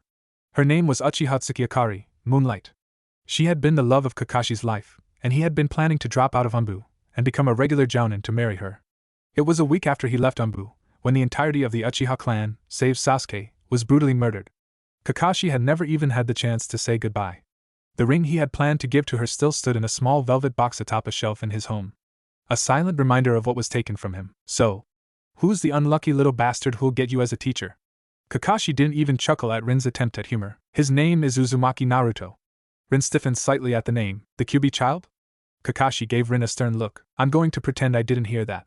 Because you know, under the third's decree, if I did hear a statement like that, I would be obligated as a Konoha shinobi to kill you. Rin just slapped Kakashi's shoulder as she proceeded to the cash register and paid for her books. Kakashi followed behind her likewise. Oh, lay off it, Kakashi. There aren't any Anbu members around, either is the kid. Anyone here already knows what happened that October 10th. It isn't like the third actually enforces that silly little decree. But really, the excuse me, Uzumaki brat? He isn't anything special. I've seen him before. If he amounts to anything, it won't actually be on his own merit. Kid's too dense for anything other than a stand owner. Kakashi was gaping behind his mask. He hadn't known Rin to be such a cold and uncaring person. He shook his head. Yes. He showed considerable skill during his genin test. He actually managed to graduate 2 full years early. He'll go far. He's built for assassination. Rin just waved her hand at him. Sure. Whatever you say, Kashi. I got to go. I'll speak with you later. Kakashi nodded as Rin waved goodbye and walked away from the bookstore. If Kakashi had been paying attention, he may have noticed the wind ruffle Rin's sleeve just enough to catch a glimpse of a tree tattooed onto Rin's arm. Rin walked down the streets barely paying attention to the things around her. Her smile and cheerful attitude were gone. In their place was a face of cold, hard determination. She entered the red light district of Konoha. A slummy, sleazy part of town tucked into the darkest, dankest corners of the city. Large neon signs flashed dizzying words and images. Women coaxed in men from the doorways. Rin almost sneered at the number of people that were here in the middle of the day. She walked through the neon maze of brick and mortar, the blinding flashes sparking everywhere. Screams and shrieks echoed across the dark, blood-stained streets as more flowed into the gutters. An arm fell limp and was dragged into the darkness of an alleyway. A woman escorted a man to his hotel room, undoing his tie. He would awake to find his money and valuable possessions missing. He would scream in mental anguish before heading back to the district to hunt down the seductress. On his way in, he would be snagged and pulled into an alleyway. A meal for some back alley slum walker who could tell you by the thickness of the grease and blood on a diner floor which diner it was. Rin walked by a diner, red slowly seeping under its doorway. It opened to reveal a large man carrying a dark mop pushing the blood out into the street. If you asked, it was pig's blood from the butcher shop in the back that had a clogged drain. But anyone who was poor enough, or greasy enough, or enough of a back alley trader to have eaten there would tell you it was too tough and too stringy to be pork. People disappeared in the red light district every day. It was Konoha's disgusting secret. Every village had a place similar, but only Konoha's had grown so large and fat that it was beyond the grasp of the law. As she walked, a hand lurched from behind a wall attempting to grab Rin. A flash of light later and it withdrew with a shriek of hand, the first joint of its fingers laying on the ground. Rin approached a particularly sleazy diner and opened the door. Inside stood a thin, wiry man wiping his hands on a brown cloth. His teeth were rotted and yellow, and his hair wiry and gray. His smock was spattered with blood and dirt. He glanced at Rin. I suppose you'll be taking the special again? She merely nodded. Alrighty then. Bark rot soup coming right up. He ducked behind the counter grumbling about not being able to find a bowl. Be a dear and go in the back and fetch a clean pot, will ya? I'm fresh out up here. Rin nodded once more, walking through the swinging door that led to the kitchen. Once inside, she walked over to the wall that held the shelf that held the pots. Pulling one off the wall, turned with a groan to reveal a dark passageway. Rin entered and replaced the pot through a piece of wall that could be removed. The wall swung back and melded seamlessly into the grease pit. It was Konoha's best-kept secret. Their disgusting blood works. Their prostitute rings and murder shops. Their red light district. The place where the Root Umbu headquarters was located. Danzo sat in his small underground office. An odd moss growing around the room provided the only dim illumination. He sat slightly hunched over, his cane leaning against the desk. He shuffled a few papers before sighing. He was waiting for his informant to arrive. He looked up quickly as the door creaked and swung open. He watched impassively as the figure of Inuzuka Rin entered. During Rin's undercover mission to Kusa, a Root member had caught her. He had placed a seal at the base of her skull. A seal that sent chakra strings into the spinal cord. The seal was a puppeteer seal. It allowed the user to take complete control of something, usually people. The unfortunate thing was that people had a pesky habit of resisting influences. It was used on puppets for a while, but since the seal required a consciousness to inhabit the body, puppeteers became incredibly easy prey while they controlled their singular puppet. However, Danzo had utilized the seal on Rin's body and had a Root agent located somewhere in his HQ always operating as Rin. He had been controlling the seal for so long, he no longer thought of himself as who he was, he had become Rin. Danzo looked at his Rin puppet. When he looked closely enough he could see a spark of the old Rin deep within the body. He gave a small laugh as he stroked Rin's face, watching the minuscule muscle twitches indicating she wanted to jerk away from him. Danzo just chuckled and took his seat once more. He looked once more at the puppet. Rin, what do you have to report to me? The controller instantly fell into Root mode. I've discovered the name of the child being placed under Hatake Kakashi. The child's name is Uzumaki Naruto, and they intend to train him as an assassination specialist. Danzo nearly choked when he heard the name. Are you sure you heard the name right? He wasn't taking any chances. Yes, Danzo-sama. I spoke with Hatake Kakashi personally and he mentioned him by name. The Root member didn't find it important to mention the fact that QB child had slipped. That was not something Root members said. He had been trained to report only what he was supposed to, which led to some better reports concerning details, but concerning details not pertaining directly to the mission, everything was lost. Leave me. I need time to think about this. The Root member nodded and bowed. He stepped back through the door, falling back into the character of Rin. Danzo stared at the large seal on his wall. So it's the QB brat that's being trained by Hatake. He would have made an excellent Root member, but he's far too headstrong. But if he's the one who has wind and water affinities, and they're training his lightning affinity. Danzo suddenly sat upright in his chair. His visible eye was twitching slightly, and the bandages over his other eye seemed to twitch in anticipation. The QB was water, fire, and earth aligned. That means the boy's water affinity will match if not outdo his primary wind affinity. And with fire and earth, Danzo's face paled.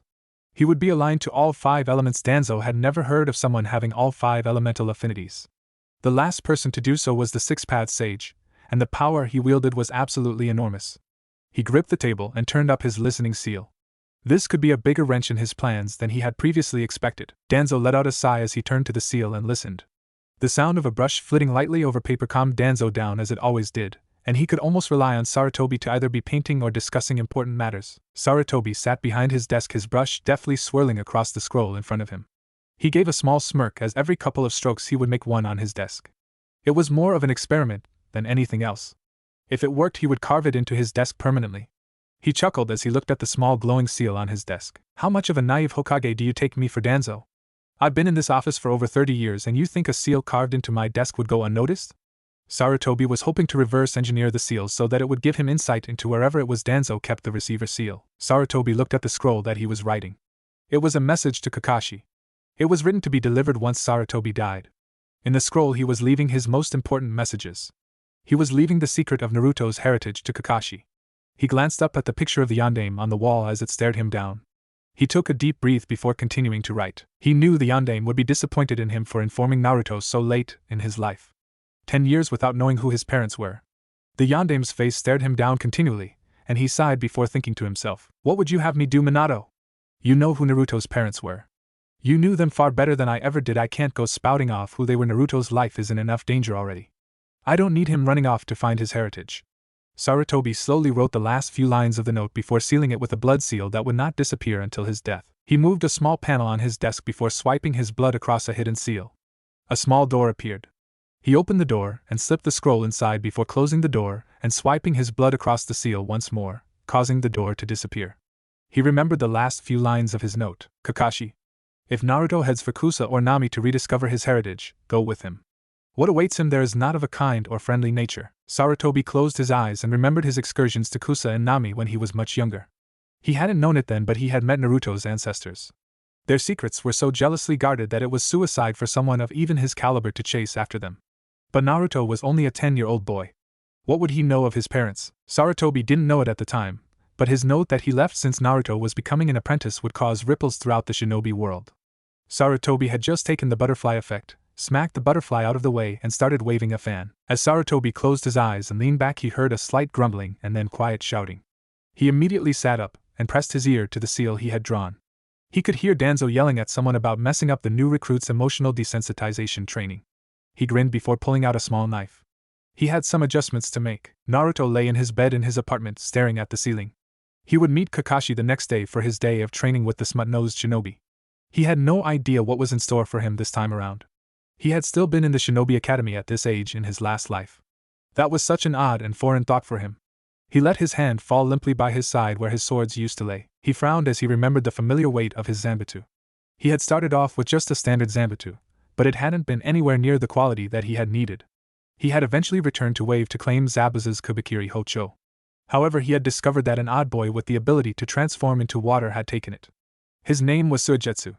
In his anger, Naruto slaughtered Suigetsu and claimed Zabuza's zanbatsu, which Suigetsu had kept in good condition. Naruto never felt remorse about slaying Suigetsu. He had robbed Zabuza's grave, whereas Naruto was merely returning to claim his spoils of war. He also felt the lack of weight from his katana. It hadn't been anything particularly special, but it held a special place with Naruto. And lastly came the light swinging weight of the hilt that used to hang on his belt. He didn't know where it was, but he knew where it would be in 5 years. It was Konoha's hereditary blade, the Raijin. Stolen by the A-rank missing Nin Rokushu Aoi. He rolled over and stared at the wall. Kakashi was a terrible teacher to him the last time around. But now, with Kakashi's full attention, and his knowledge of his past life, Naruto swore he would change things. The images of his dying friends flashed through his mind once more. Only this time there was more. Amid the visions of his friends' bodies burning, dismembered and bloody, there was a new face. The last face that passed into his vision was one that wasn't dismembered. It wasn't bloody, nor was it dismembered. Yet this face brought a tear to his face. He had done so much for him. As Naruto closed his eyes and drifted into sleep, the image of the Kyuubi no Kitsune flashed in his mind. As he drifted further and further into sleep, he shed a tear just for the Kyuubi. And just as he was on the precipice of sleep, a voice rang through his mind. The hell? Naruto immediately shot up in bed. He spoke aloud to himself as if to assure himself that it was just one big hallucination. Kyuubi? To his surprise and astonishment, he was answered. Kit. What the hell happened? Why am I back here? Naruto couldn't answer Kyuubi. All he could do was blink his eyes in astonishment. The Sandaime Hokage grinned as he began writing in a long scroll. He had finally been able to start compiling evidence against Danzo. However, routing Danzo from Konoha and destroying all remnants of Root would be an immensely difficult task. It would take careful planning and even more careful execution. Sarutobi ran his hand over the desk and Danzo's quiet talking filled his office. He was discussing orders with a Root member who was being sent as an undercover agent to IWA. Sarutobi listened as he instructed him to meet up with the other Root plants. It was here that Sarutobi learned of a greatly kept secret. IWA was the most unfortunate of all the 5 great countries. They had just instated their Rokudaime Tsuchikage. No other great country had had so many Kages. But what Sarutobi overheard was most distressing. Iwa's Sandaime Tsuchikage, a short and old, but extremely powerful shinobi, had been assassinated by one of Danzo's Root members. The Yondaime Tsuchikage was a Root plant sent there specifically to use IWA for whatever reason was necessary. However, the Yondaime Tsuchikage was quickly, and very quietly, removed from office. In his place rose the Godaime Tsuchikage. Danzo, displeased with the fact that the Godaime Tsuchikage was more peace-loving than the former Tsuchikages, ordered him to be assassinated. However, in the midst of the assassination attempt, the assassin was murdered. Then the Rokudaime Tsuchikage rose to power. No one really knew what he looked like. When he appeared in the morning, the Godaime's body hanging bleeding and dismembered from the Tsuchikage tower, he was wearing a large straw hat. His body was covered in a bulky robe. His voice was soothing and a mellow baritone. He had followed the tradition of new Tsuchikage by accepting any challenger who wishes to contend for the title of Rokudaime Tsuchikage. Every challenger lasted no more than 30 seconds. No one knew exactly how he did it, but the new Tsuchikage killed them with disturbing ease. The medical shinobi determined that all 7 challengers died because of a burst heart. The Rokudaime had gone unquestioned from that point onwards. The Rokudaime quickly set about to transform IWA from the poor agricultural society it was, into a powerhouse. Iwagakure was hardly anything like a shinobi village. It was ramshackle huts and lean-tos built crudely out of earth and stone and what little wood could be found in the barren lands of IWA. The Rokudaime transformed the Tsuchikage tower first. It went from a small 3-story building to a towering stone monolith. It was humongous. Its base spread nearly 5 times what Konoha's Hokage Tower did. The Rokudaime then built it upward, several hundred feet into the sky. He purposefully modeled it after the Hokage Tower. He was using their hatred of Konoha to fuel their pride. The Tsuchikage then began greatly expanding Iwagakure by annexing small villages that lived just at its edges. He then began constructing enormous walls around the newly enlarged city. He split the city into 4 sections. The northern quarter was the market quarter where all shops and vendors were located. The west quarter was the shinobi residential quarter. It was similar to the east quarter, which was the civilian residential quarter. They both housed all of their respective kind. The southern quarter was the industrial quarter. IWA was at the forefront of metal smelting due to the enormous ore deposits located in their mountains. The industrial sector was filled with refineries, forges, and blacksmiths constantly pouring out metal works. The Rokudaime located the Ninja Academy 3 miles to the south of Iwagakure. It was less of a school and more of a compound where all prospective shinobi lived and trained before becoming genin. The Rokudaime was ruthless when routing all crime in the city. The first thing he did was removing any resembling a red light district. There were still sales of alcoholic beverages in the market sector, but no bars or stalls where one could sit and drink. Food vendors were allowed, but the primary item had to be food. Anyone attempting to bypass these laws simply disappeared, and their lot auctioned off to prospective owners. Instead, the Rokudaime instituted a new idea. He created multiple red cities. Red cities were clusters of business, bars, brothels, hot springs, and the like. These cities were filled with alcohol and sex. However, they were amazingly well policed. The red cities were the Rokudaime's way of rewarding shinobi. After completing a number of missions, they were given a stay in a red city. The number of missions and their rank equated to how many days they were given. Since the cities were populated by shinobi, prostitutes, and bar owners, fights occasionally broke out. In one instance, a shinobi attacked a prostitute who was off duty for not submitting to him. He attempted to rape her, but was stopped before he had even reached her. The other shinobi in the town greatly respected everyone who ran the red cities and despised anyone who harmed them. They worked for their stay, and wouldn't let some stupid ruffian screw it up. In effect, the visitors of the red cities were its police force. The Rokudaime also set about extending more opportunity to the poorer farmers spread out in IWA. He offered them chances to send their children to the shinobi academy, or to become workers in the industrial sector. Those who stayed as farmers were visited by genin as D-rank missions to teach them to use simple doton jutsu to plant and plow more quickly and to improve crop yield. Overall, the Rokudaime Tsuchikage was quickly transforming IWA from a poor rundown country devastated by the loss of the Second Great Shinobi War 15 years earlier, into a major powerhouse in just 13 years. Danzo, however, was displeased with how much control the Tsuchikage was taking in IWA and sent his route to assassinate him. However, his Umbu were quickly killed, and once the Rokudaime made them the focus of his attention, the other plants were quickly found and executed. That had been 2 years ago, and now Danzo was attempting to re-establish his connections in IWA, but was having very little success. This news troubled Sarutobi. They hadn't heard of any of this. To the knowledge of most of the world, the Sandaime Tsuchikage still held power. However, Danzo's inside information proved that false. Sarutobi quickly wrote down all that he had heard Danzo tell his new plant. He shook his head for the poor lad. There was no way he would make it into IWA, and then back out alive if this Rokudaime Tsuchikage was as powerful as he seemed. Unfortunately, he had no other sources of information. Sarutobi sighed as he unsealed the secret cupboard once more, placing the scroll inside. IWA becoming such a powerhouse was indeed a large problem, but Sarutobi had the feeling that there were underlying motives to this Rokudaime's actions. Danzo was making a huge mistake. His motives were far too obvious. He wished to infiltrate IWA and take over, but this Rokudaime Tsuchikage he improved IWA. He didn't just produce a huge military force and use it to wage war. He was building a force that was more than just mere military. He wasn't building an army. He was building a country. Naruto was walking towards Training Ground 9, his mind in a jumble. His mind flashed back to the previous night when Kyubi had suddenly reappeared. Flashback. Naruto sat upright in his bead, unable to comprehend the fact that the Kyubi was once sealed within him. Kyubi, is that really you, or am I just suffering from hallucinations caused by this whole time travel ordeal? An echoing laugh resounded throughout his head. I'm as real as they come, Kit. Although why they come back after sacrificing themselves and confining themselves to an eternity in hell to give you another chance to fix everything you screwed over the first time is still a mystery. Naruto couldn't believe it. Kyubi was actually alive. And ungrateful as ever. Don't get me wrong, boy, I am not, nor have I ever been ungrateful. I was sitting down in hell, bit of a nasty place, for barely a year, and suddenly I'm back here, once more located within your gut. Although it's no longer a sewer, which is a nice aesthetic change. Kyubi, that still doesn't even begin to explain why you're here. And you're you. You're not the Kyubi was from when I was 10 years old. Kyubi just laughed at Naruto. Of course I'm not. You see, all divine beings, regardless of them being evil or good in the eyes of existence, exist in a continuous string. If one version of us in a dimension dies, all other versions do too. Not in the same way perhaps, but they do. So, when I confined myself to hell, I effectively ended every single universe besides the one to which I transported you. Naruto was gaping at what the Kyuubi was telling him. You mean, we're single-handedly responsible for the deaths of everyone and everything? Naruto was getting pretty depressed over this whole thing. No. They simply ceased to exist outside this singular universe. And they all ended because they all collided at a singular point. When every single universe matches up with the others, the dominant universe begins the universe of origin. The universe from which all others will spring. Also, the rules in the universe of origin are slightly bent, compared to the others. Bent in what ways? Well, you brought me back somehow. Since this is the universe of origin, I was able to come back, and all the other universes are now gone. However, the universes are once multiplying to infinity. This conversation has already spawned trillions upon trillions of universes. Any minute difference anywhere in the world causes another universe to split off. A Kyuubi, your kind is starting to get all confusing and philosophical, and whatnot. You're 26 years old, kid. You should be able to understand it.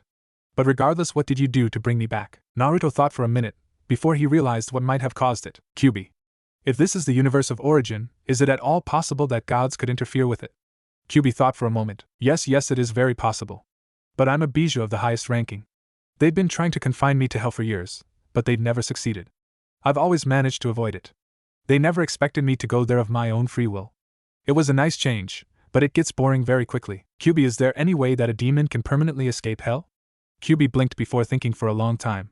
He slowly began to respond. Yes, I've heard of a way. Although to my incredibly extensive knowledge no demon has ever been able to accomplish it. Naruto nodded slowly. And what is this way? It is simply to be loved. Naruto blinked. I don't expect you to understand. Demons are demons. We cannot show each other love. We know only what is shown to us. What we are given. Demons are born without emotion. We quickly learn hate and anger from other demons, which stems from the rejection we were shown by humans when we first arrived. We've developed cunning, happiness, greed, and nearly every other emotion, except for love. No human being has ever shown a demon love. Humans have made pacts with demons, but no human has ever actually truly admitted in their hearts, in a way that is undeniable before even the gods. When they admit it, they create a bond between them that is unbreakable, and they are drawn together for eternity. Kyuubi, I think that might be what happened. I was thinking of all my friends last night. And you were the last one to come to my mind. The Kyuubi blinked at the admission. That would do it, kid. Congratulations. You've become the first person who has ever loved a demon, and the first person to ever pull someone or something out of hell. And the only person to rewrite which universe was the universe of origin. Naruto smiled. He now had a friend who had been with him from the beginning. He smiled as he drifted off into sleep finally, never contemplating exactly what Kyuubi meant when it spoke of love. The Kyuubi sighed as it settled into its former place in Naruto's mind. However, as he watched, the seal seemed to dissipate ever so slightly, causing Kyuubi to blink. Even the Yandame's seal can't overcome the power of love. The Kyuubi snorted. How cliché. The Kyuubi settled in for a night of rest. Taking his mind off of the seal in front of him, that slowly began to deteriorate quicker as Kyuubi descended into sleep. And flashback. Naruto arrived at Training Ground 9 at approximately 8 o'clock in the morning. Much to his chagrin, Kakashi hadn't arrived yet. He most likely would arrive somewhere around 9. Naruto sighed and stretched out on the grass watching clouds drift by. He closed his eyes and breathed in the lightly scented air. He allowed the sun to warm him to his bones, and enjoyed this moment. For years he had been surrounded by death and destruction, and the only warmth he had received was from the blood that coated him as he cut down hordes of enemies aiming for Akatsuki. As he settled into the grass, the grumbling voice in the back of his mind revived itself once more. What do you suppose your training is going to entail this time around, kid? And who's on your team? Not those disgusting brats Pinky and Duck. Naruto chuckled at the Kyuubi's references to Sasuke and Sakura. I don't have a team this time around, Kyuubi. I've been assigned Kakashi as a mentor this time. Probably as a combat specialist. Makes sense considering my enormous chakra reserves. But now that I have you back now, Kyuubi, my chakra will most likely be very recognizable. The Kyuubi nodded for a moment before coughing. That's very interesting. I never figured the Hatake for a combat specialist mentor. Huh. Shows how much I know about how you need and think. And kid. There's something you need to know. Naruto listened. I don't have my chakra anymore. Naruto's face became one of shock and horror. What do you mean you don't have your chakra anymore? You're back, aren't you? Kyuubi nodded. Yes, but the time travel technique consumed the majority of it, and my resurrection to this dimension, one where I previously was non-existent, my chakra was near to non-existent, and as such the dimensional transfer eliminated it completely. However, the chakra used to send you here, some of it was absorbed by you, and as such increased your chakra capacity. Naruto ran his hand through his hair while sighing. Damn. So I have even more chakra? The QB simply nodded. How much of a difference is that going to make in the long run? The QB thought for a moment. Considering you don't have all of it yet, not a lot. Your body can handle the chakra of 8 tails of a bijou. Your chakra will increase at a quicker pace than a normal shinobi, but you won't become a chakra god until you reach the physical capability where your body could handle 8 tails of chakra without any negative repercussions. I'm sure you remember the last time you went 8 tails. Naruto did indeed remember the last time he had gone 8 tails. It had been when he was training to face Uchiha Madara. He had become a furless fox. It was a gruesome sight, and an even more gruesome thing to be. He never wanted to turn into that thing again. But the power he had felt was enormous. He could feel the air responding to the chakra floating off of him. The water quivered at his presence. The dirt shivered and seemingly floated closer to him. The temperature rose and sparks burst around him. Electricity had crackled across his exposed muscle. It was a magnificent feeling, if he could be like that all the time, which in reality would be around the time he could handle 4 tails. Then when he hit 8 tails, it would be twice that. The power would be nearly uncontrollable. You've got a long way to go. You could hardly even handle a full tail's worth in your past life when duck defected. By the end of that life, 2.5 at most. Naruto sighed. With that kind of improvement, he doubted he would ever make it to 8 tails. He would need the lifespan of Uchiha Madara in order to accomplish it. He could rest a little easier knowing his Moon's Eye plan would go unaccomplished. QB. I remember when I was in the 8-tailed form, the elements responded to my chakra. I know I'm water and wind affiliated, and you're fire and earth affiliated, so where does lightning come from? The QB thought for a moment. I believe it was the Raijin you wielded for so long. Its lightning powers were carried by your chakra when you wielded it, and when the chakra you supplied it was withdrawn, it carried an elemental affinity, which was eventually transferred to you. Naruto nodded. He would have to consider that more this time around. He glanced at the sun.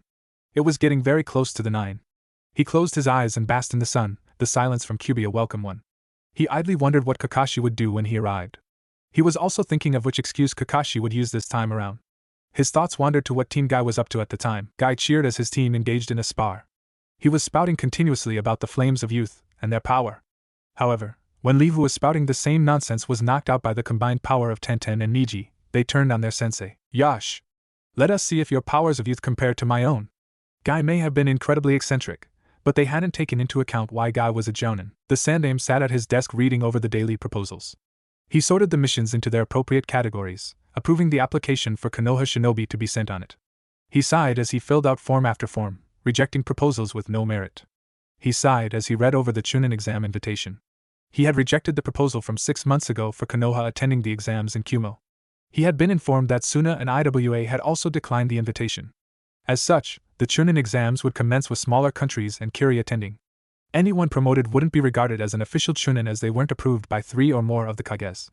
They could however be promoted internally and practice their skills with B-rank missions. The next Chunin exams would be held in IWA. His preliminary intelligence informed him that Suna, Kiri, and Kumo were all leaning towards attending. Not wishing to appear as a weak country in front of the daimyos and other countries, Sarutobi decided he would attend. These Chunin exams would be held in 1 year, as was the case with all Chunin exam invitations. Sarutobi sighed as he counted. Konoha's turn would be approaching soon. He wished for Naruto to advance to Chunin, but he feared IWA would be too hostile towards him. He would have to wait at least a year before he advanced. Waiting for him to participate in Konoha's Chunin exams would come off as too much favoritism, which actually wasn't unusual, but with Konoha's current reputation as a peace-loving country, favoritism provided a bad image to the daimyo. He sighed as he leaned back in his chair. Danzo hadn't made any noise for several days. He was starting to wonder what Danzo was doing. He pushed the thought out of his mind as he signed his acceptance of the IWA Chunin exams. He then looked over the paper. One which was requesting aid in Nami to deal with common thugs. As he read it over, he noticed several details didn't add up. Something odd was going on in Nami, and he wanted to figure out what. Nami was a major seafood importer to Konoha. Sushi and fish products made up about 13% of Konoha's market. An unacceptable percentage to lose. Sarutobi signed the paper under a C-ranked mission and filed it. However, it would be a week before it was assigned. Danzo liked very few things. One of those things was good sake. Not the cheap kind you found at tea houses that Danzo described with the phrase, "This is the sake made out of the rice that was watered by the poorest piss of the poorest farmers, that only tastes anything close to something similar to sake, because the farmers got to taste the good sake before pissing on this." He liked the expensive sake. Danzo also liked power. Lots of power. But his like of power came from his love of control. Danzo had very rarely ever been in control of anything in his life. His loss of his left eye, and the majority of the control over his arm, drove Danzo to seek control over anything he could. Danzo liked the power to control. Danzo liked to swear. Whenever something went wrong, an expletive was emitted from Danzo's mouth. Danzo didn't utter them without a thought or care. He carefully planned what situation each one was to be used in. He ranked them, and he decided how he would pronounce them too. Danzo liked swearing, and he liked controlling it too. Danzo also liked pretty things. He allowed himself small bits of joy by keeping a piece of colored glass, a marble, a sake bottle, or whatever caught his fancy. Danzo was indeed an eccentric individual. Danzo liked pretty, especially shiny things. At this particular moment, Danzo was doing the third. He was swearing. He uttered expletive after expletive, each executed just how he wanted it. Why was Danzo swearing so profusely at this very moment? It was because of what he had just learned from his excursion to Kiri. His root agents there had been particularly helpful, and had informed that the current Mizukage was looking into promoting, of all people, a woman to the position of Mizukage. Contrary to what he liked, Danzo disliked many things. One of those was women. Danzo had never had any romantic success. Danzo had never had a caring mother or other womanly figure. He also saw them as weak and incompetent. This fact was why Root was primarily male. Danzo disliked women in positions of power, besides those of daimyo or others that were hereditary, as those were unavoidable, and who has he to question fate? What really set Danzo off was the Chunin exams being held in IWA. He wished to use it as a chance to sabotage the other countries while they were inside. Sabotage in such ways that wouldn't appear for months, or years. The economic and military collapse of Smoke Country, a country that had been on the rise, and in 40 years or so, could have become powerful to displace one of the Great Five and create a new power. Danzo had taken it down. The Great Five were too well established to take down, but he could cause damage. In truth, Danzo had prevented more wars than any other shinobi in history. Constant sabotage had reduced powers to the point where they refused to wage war. However, he now had no information on IWA and they could pose a problem. So he swore. Again, Danzo stood outside the Kage's office in Kiri. He took a deep breath as he prepared to enter. This was a tricky diplomatic situation, and he did not wish to endanger his life. Naruto opened his eye as the sun was blocked by something. He looked up and noticed Kakashi standing there, his eye in its distinctive smile shape. He raised his right hand in a simple gesture. Yo! Naruto sighed. Late as usual, Kakashi-sensei. Kakashi just continued to smile. So, what are we planning to start with today, sensei? Kakashi fiddled around his vest pocket for a moment before pulling out a sheet of paper. Let's start with getting to know each other. I don't have the choice to fail you, and I've been instructed to train you as an assassination specialist. I want to get to know my student this time. Naruto blinked at the unexpected announcement. Kakashi had never been this personal before. Taking a seat, Naruto began to talk. Where would you like me to start, Kakashi-sensei? Kakashi thought for a moment. I'll have time to learn your life story later, if ever. What I want to hear right now is what sort of things interest you, what sort of things you dislike, your hobbies, and the like. Naruto nodded and began describing his personality. Throughout the whole description, Kakashi sat and listened patiently. Naruto smiled as he spoke. Never before had he been so happy to tell someone about himself. Never before had anyone really cared to ask. Naruto sat on the ground in front of Hatake Kakashi. The man looked down at him, his face seemingly the picture of indifference. Naruto looked at the nearly fully covered face of Hatake Kakashi. It had been years since Naruto had seen his former sensei. The last time had been against Pain when Konoha was destroyed. Kakashi had given it his all, performing Susanoo to save the lives of hundreds of civilians. The strain had cost Kakashi his life. Naruto sighed to himself. He was here now, and he was alive, and so were all of his friends. He considered himself very lucky for that. That's damn right you're lucky, you little whelp. You'd be dead a long time ago if it hadn't been for me. You would have died on that first mission to Wave without my help. Naruto smirked slightly to himself. His one constant companion was still there. But remember, Kyubi, you're the entire reason why I was even on Team 7 in the first place. You're the reason my life was so horrible in the first place. The Kyubi merely snorted. That may be so, but if you didn't have me you wouldn't be here. True, the world wouldn't have been destroyed, but the world probably would have been destroyed by Madara if it had been anyone else. Naruto nodded to himself. It was true. He and Kyubi was a match made in heaven, or hell more likely. Whatever convenience it had been, Fate must have been quite drunk at the time that she decided that Naruto and Kyubi were going to be stuck together for his entire life. Hatake Kakashi eyed his new student with no small amount of suspicion. Here was a child who had the strongest demon ever known to walk the earth. He then shows up to the academy one day, and with previously undisplayed skill, graduates early. And this wasn't even during a war for that matter, making it that much more unusual. Plus the boy had created his own jutsu. He had surpassed all expectations, he had surprised everyone, and he had done it all within just a few days. And Kakashi swore, When he was listening to Naruto talk about his life, he was recounting something that happened many years ago, and had been clouded by more recent, more vivid memories. Kakashi had very little idea just how right he was about that. Naruto didn't like the way that Kakashi was looking at him. He suspected Kakashi might actually have some semblance of an idea about why he was so advanced in abilities for his age. He really didn't wish to kill the man. He rather enjoyed the atmosphere of Konoha when he was able to relax and enjoy it. If Kakashi were to somehow discover his inconvenient origin, then he would undoubtedly be forced to remove Kakashi. He carried enough weight with him that he could potentially convince the Hokage or several council members that he was indeed from the future. Naruto had plenty of experience being a weapon. He hadn't realized it until later in his life, but he was no different from any of the other Jinchuriki.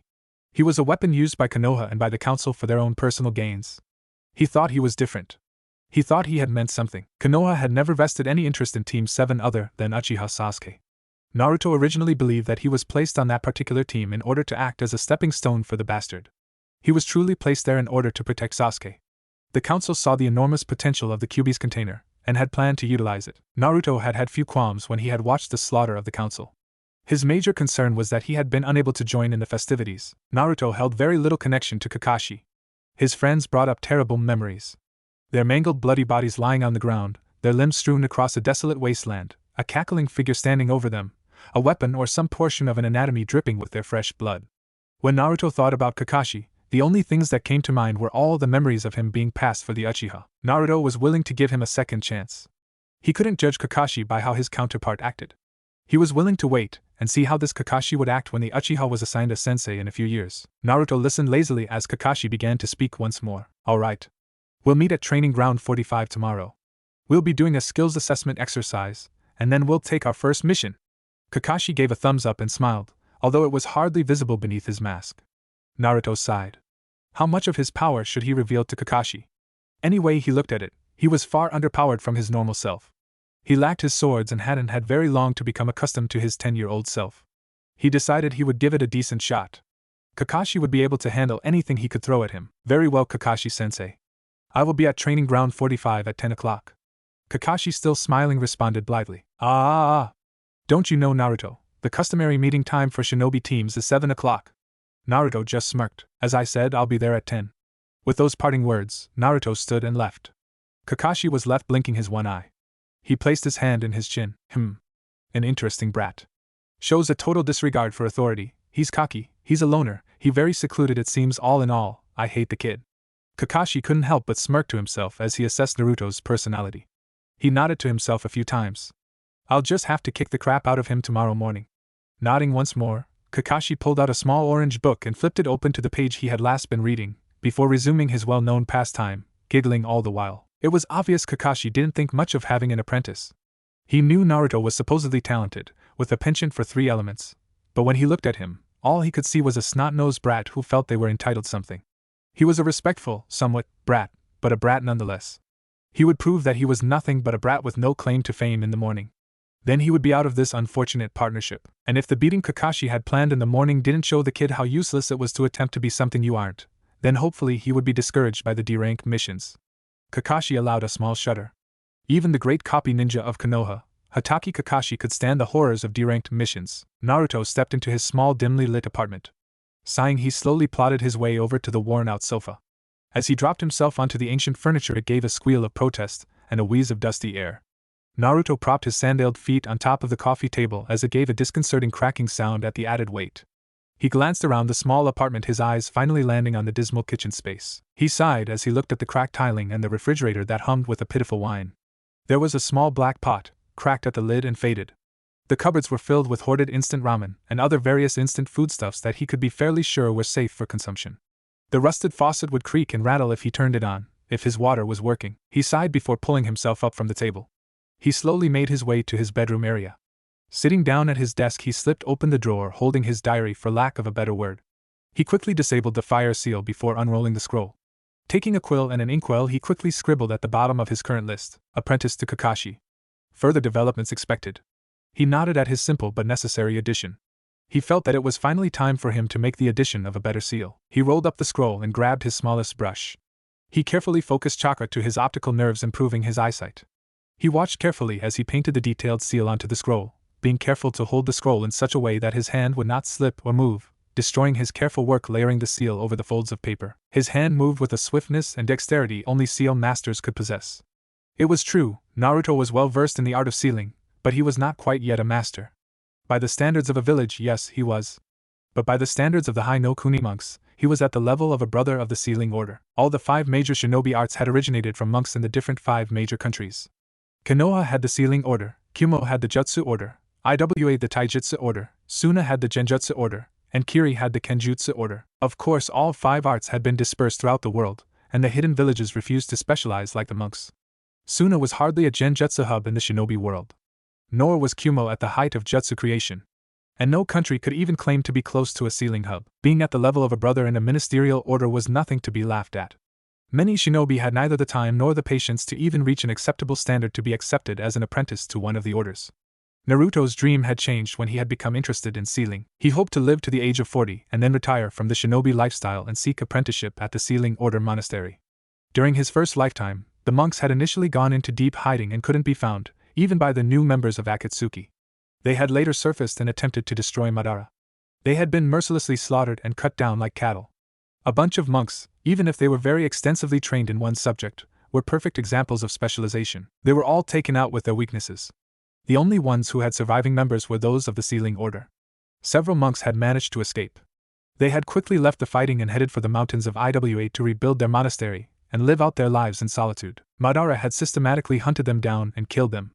Infinite amounts of wisdom and years of training were lost simply due to the madness of one man. Naruto couldn't let that happen again. Finishing drawing the seal, Naruto began to channel chakra into it. He pumped quite a substantial bit as the seal attuned itself to all of the intricacies of his chakra. As the seal glowed for a moment before turning black, Naruto reached into a separate drawer and pulled out a candle. Using his slight fire affinity, he lit the candle. He sat there for a few minutes watching the candle burn, its hot red wax occasionally lazily drooping down the side. He glanced outside the window and noticed that night had fallen. He glanced up at the stars in the sky. He supposed they were the same stars that he had prayed to for years. He had prayed when he was young. He had asked Kami for forgiveness for whatever transgression it was he had committed to deserve such hatred. He had prayed when he was older. He had asked Kami for help. He had asked Kami to stop the killing and the death and the blood. He had asked for that terrible war to end. In the end, it hadn't done Naruto a lick of good. Naruto looked up at the stars thinking of the great Kami who supposedly ruled over the world. Leaders were supposed to be kind and benevolent. They weren't supposed to allow genocide to occur. Naruto had at this point lost all faith in any god he may have once believed in. A/N. I'm just going to take a pause in the story here. To clear some things up, I'm not an anti-religious person. Naruto's loss of faith in his god is representative of his hardships. You have someone who asks for something his entire life, and never receives it. It's hard for someone like that to have faith in just about anything. However, this attitude will return later to affect Naruto, Danzo muttered to himself as he paced back and forth in his office. He finally snapped, Damn it! Damn it all to hell! Danzo slammed his left fist into the wall, causing a series of cracks to expand from the point of impact. A small trail of blood began to dribble from his now possibly broken knuckles. Danzo's mood had just become considerably worse. His contacts in Kiri were dead. A civil war had yet again erupted in Kirigakure. Danzo's informants had been placed high in the Kiri social structure to get the best information possible. When the civil war erupted, they were some of the first to die. There were now 2 warring factions. One side believing in the absolute rule of the Mizukage, the other vying for a joint leadership with the civilian council. They had taken names, but Danzo couldn't care less. His information network was crumbling. What was next? Kumo suddenly decides that it's going to make a new policy that all shinobi must carry a teddy bear? In Danzo's eyes, the world was falling apart in front of him, and there was nothing he could do to stop it, and he couldn't adapt to it either. Danzo sat down in his chair and laid his left hand on the desk. He pulled his cloak aside and his right arm hung down, the wrist and hand wrapped in thick bandages, while the rest of his arm was covered in some form of metal gauntlet covered in complex seals. Danzo glanced at his sealed right arm for a moment before standing once more. Bastards can't do anything right unless you hold their hand and kick them in the ass. Danzo thoughts were revolving around how he knew something like this would happen with a female Mizukage.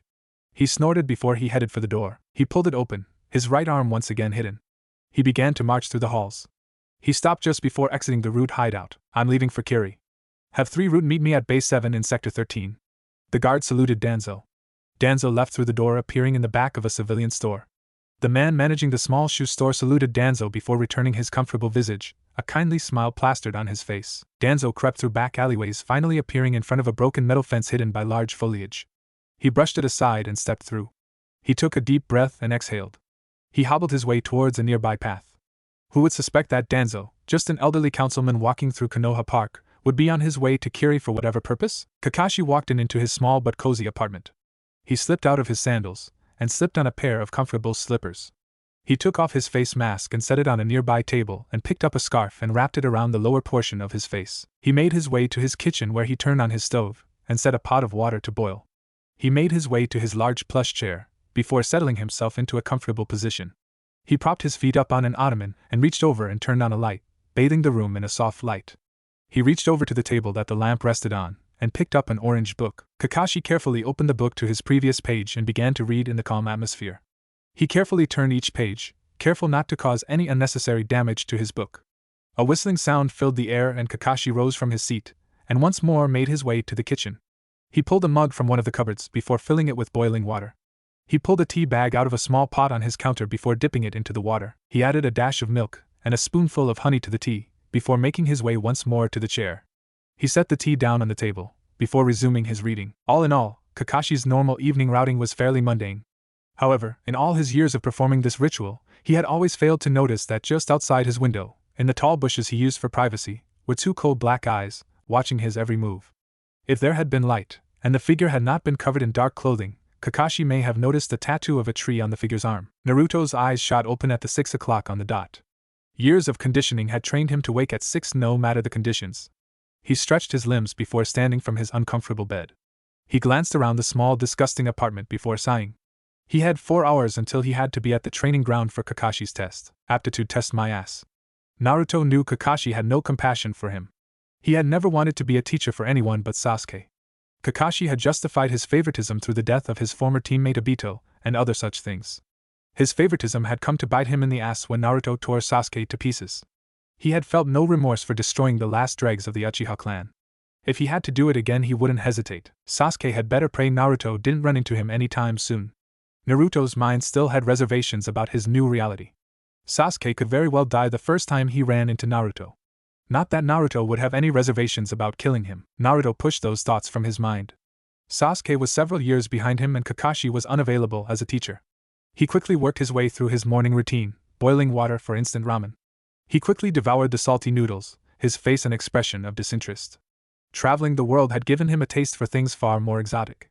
He finished his meal, tossing the bowl at the sink, not caring when it crashed into the wall and shattered. He opened the rickety door. He knocked on it a few times before giving it a firm kick. It broke off the hinges and fell to the floor. Naruto sighed. His apartment building was disgusting. He really needed to do something about it. Frowning, he created a large group of Kagebunshin. 2 immediately hinged into random villagers before heading for the Konoha Public Library, the rest headed for stores around Konoha. Naruto allowed himself a small smile as he walked away. Things were looking up. Naruto then began his stroll towards Training Ground 45. He had about 3 hours to burn, so he didn't much mind his slow pace. It was relaxing to be able to walk without much urging anyways. Naruto just began to wander and stroll throughout Konoha, taking in the sights around him, absorbing what small changes had been enacted to this particular existence. Mushishi Weapons was no longer next to Mukatari Tea House. Indeed, both of them had been replaced by a sushi bar and barbecue joint respectively. He supposed the Mushishi family had been wiped out on some unfortunate mission, while the Mukatari family had gone bankrupt through some misfortunate business deal, perhaps with the infamous Gato. Gato seemed to be an ever-present figure in this reality. However, he wasn't a corrupt man in the slightest. Indeed, people only had good things to speak of about this seemingly clean businessman. Truly, the only thing people in Konoha looked down upon him for was his lucrative supply trading with IWA. If one were to ask one from Konoha, they would say he was doing it just for the money. Gato would probably answer in a similar manner. It was through this change in Gato that Naruto realized Wave Country would most likely be prosperous, and Zabuza and Haku would most likely never appear there. The defining of his Nindo and basically his entire life didn't even exist in this dimension. He allowed himself a small laugh. This truly was a redefinition of his being. He continued to smile as he kept walking. He thought over everything that had changed, everything that had once been, and all that was now different. They all were, or are, or had been. They existed, or did they? Was his reality one of consequence, or just one of mere flirtation with existence? Was he actually something? Was he an hour? An entire day? A minute, a week, a second, a century, a year, a moment, and that was when Naruto realized everything was what it was. And everything simply happened at a place and time. Kakashi slowly opened his eyes, his pale cream ceiling staring back at him. The blaring noise of an alarm clock next to him ringing did nothing to expedite his movements. He was content to move at the pace that he did, and there was hardly anything, if anything at all, that would be able to get the Hataki to move. His hand reached over and lazily clamped down over the cold, smooth surface of the clock. The clanging brought to a halt. Kakashi slowly rose from underneath his covers, lazily slipping his feet from under the covers, onto the floor. Slipping into a pair of slippers next to his bed, Kakashi slowly made his towards his bathroom. Disregarding the fact that it was 6 o'clock, Kakashi commenced his daily shower, washing his hair, and other daily grooming tasks.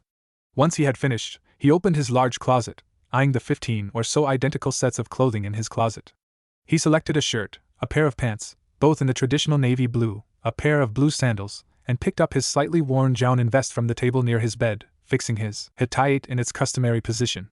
He used wide medical tape to secure the ends of his pants to ankles before slipping on his ninja sandals. He made his way down the stairs humming a nameless tune to himself as he made his way to his kitchen table. He laid out a bowl of cereal and a cut grapefruit, the other half of it having been eaten the previous morning, and proceeded to calmly eat his breakfast, ignoring the kitchen clock that now read 7:30. Once he had finished, he made his way to his front door. Picking up and securing the mask next to the door, Kakashi opened the door, his eye turned upward in his traditional smile. He stepped outside, locked his door behind him, and pulled an ever-familiar book out of his pocket.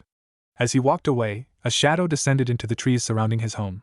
It made several motions with what could be conceived as hands, before another shadow appeared to nod before it disappeared. The second shadow followed Kakashi through the trees until they came to the village proper. Kakashi blended into the crowd, while the shadow fell into the alleyway nearby. A quick application of makeup, and a change of clothes, and the shadow had become Tatsuri Miseisu. Miseisu was a somewhat wiry man who always wore thick wire-rimmed glasses. He had a passion for botany, and regularly visited the Kikita bookshop for any new arrivals. For years Kakashi had frequented the same shop checking for new arrivals or editions of Ika novels. In all his years visiting, he had never once noticed his fellow bibliophile. It was probably for the better, as if Kakashi had attempted to strike up a conversation with him, all he would receive was a jumbled mutter and mess of words of a civilian intimidated by a shinobi. So, if Kakashi had ever taken notice, he probably wouldn't have taken any action regarding the subject. But if Kakashi had paid close attention, he would have noticed that Miseisu carefully making notes in the margin of his botany books. Miseisu had never failed to purchase a book on a given day. Multiple copies of the same book over time were not uncommon. If asked by the clerk why he was repurchasing the book, he would simply give a stuttered explanation of his clumsiness, which was not uncommon for something with Miseisu's mannerisms. The clerk would laugh it off joyously before ringing up his purchase and sending him on his way. Danzo was always very careful when it came to picking out his subordinates. He trained them to be emotionless and incredibly effective killers who took orders without question. He was known for recruiting people from two distinctive areas. 1. Mental health facilities. Danzo was notorious for recruiting people who suffered from multiple personality disorder. 2. Kabuki theaters. It was known in certain circles that if one proved themselves an effective enough actor, Danzo could recruit you for his A and B unit. Danzo looked for people who could perform assassinations without question and other questionable missions on the streets. He took in orphans and trained them to work in such a manner. But Danzo also needed effective undercover agents. Actors who lived, not played, their characters. People who were compliant and efficient working members of society one minute, and the next a nervous stuttering wreck. Danzo never recruited famous actors. Only those who were budding actors with immense talent. He did nothing to harm those who refused, like he would do with shinobi. Shinobi were calculating and deceptive. Shinobi figured things out. Shinobi understood shinobi affairs. A civilian who suffered from MPD or some actor who wished to earn more money while feeling like he was contributing to something much larger than himself, they weren't threats. They were annoyances. Not even blips on Danzo's radar. He didn't treat them any differently than other root members. They weren't more glorious because they were given important infiltration missions. They were civilians. And that's all that the shinobi needed to push them out of their mind and assert their superiority. Kakashi had never thought of that. And so he simply ignored the man, glanced at the store clock, and realizing it was about 10:05, he used the shunshin to teleport to the training ground, leaving Miseisu to pay for his book. Danzo sat in a hard-backed wooden chair. The office in which he currently resided was bare with minimal decoration. The owner of this office either didn't enjoy having fancy frivolous objects decorating their office, or rather, as was most likely the case, they couldn't afford it. Danzo was sitting in the office of the Bloody Mizukage. Bloody because she supported the pro-bloodline side of the Kiri bloodline's civil war. The bloodless Mizukage was a man by the name of Matero Gasishi. He was staunchly in favor of eliminating all bloodlines from Kiri, while the Bloody Mizukage, Terumi Mei, wielding two bloodlines herself, supported the pro-bloodline faction. The war erupted when the Yandere Mizukage, simply known as Yagura, died. Upon his death, his terrible reign ended, and the three-tailed giant turtle was released. It had not yet returned to Kirigakure. Yugura had instituted the Kiri bloodline hunts, and a faction wished for it to continue. While the bloodless side was quite numerous, supported by a majority of civilians who viewed those with bloodlines as demons or freaks, they were largely untrained and disorganized. The bloody side consisted of trained shinobi and bloodline wielders.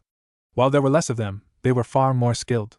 They could face down a bloodless army 3 times their size and emerge victorious. However, the army they were currently facing was approximately 7 times their own.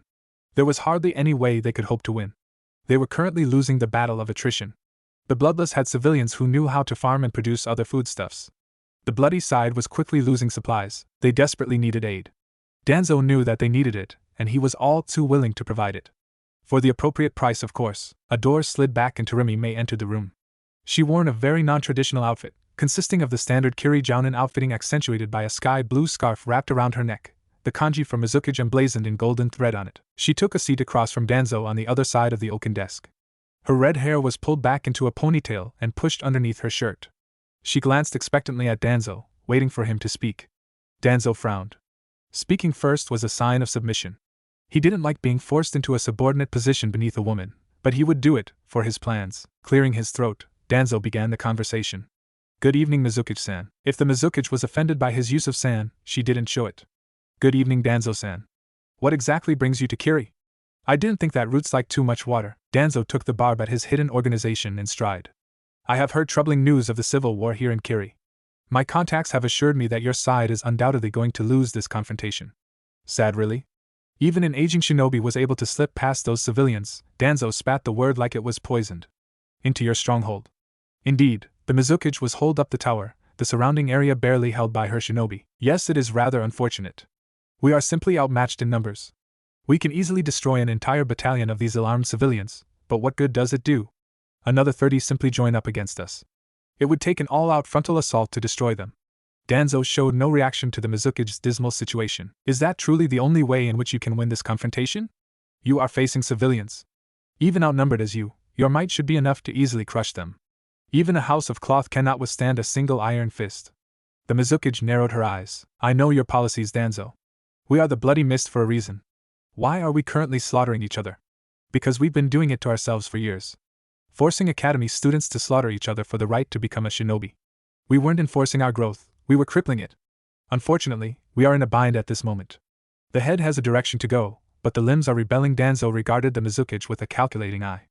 This woman had interesting ideas regarding this war. Perhaps she was more useful than he had previously anticipated. Can you not poison the opposing food supplies? Surely with the way they gorge themselves, an effective poison would cripple them, and surely momentarily crippling an arm or a leg is worth it to salvage the body as a whole. The Mizukage nodded. Yes. That would be quite effective.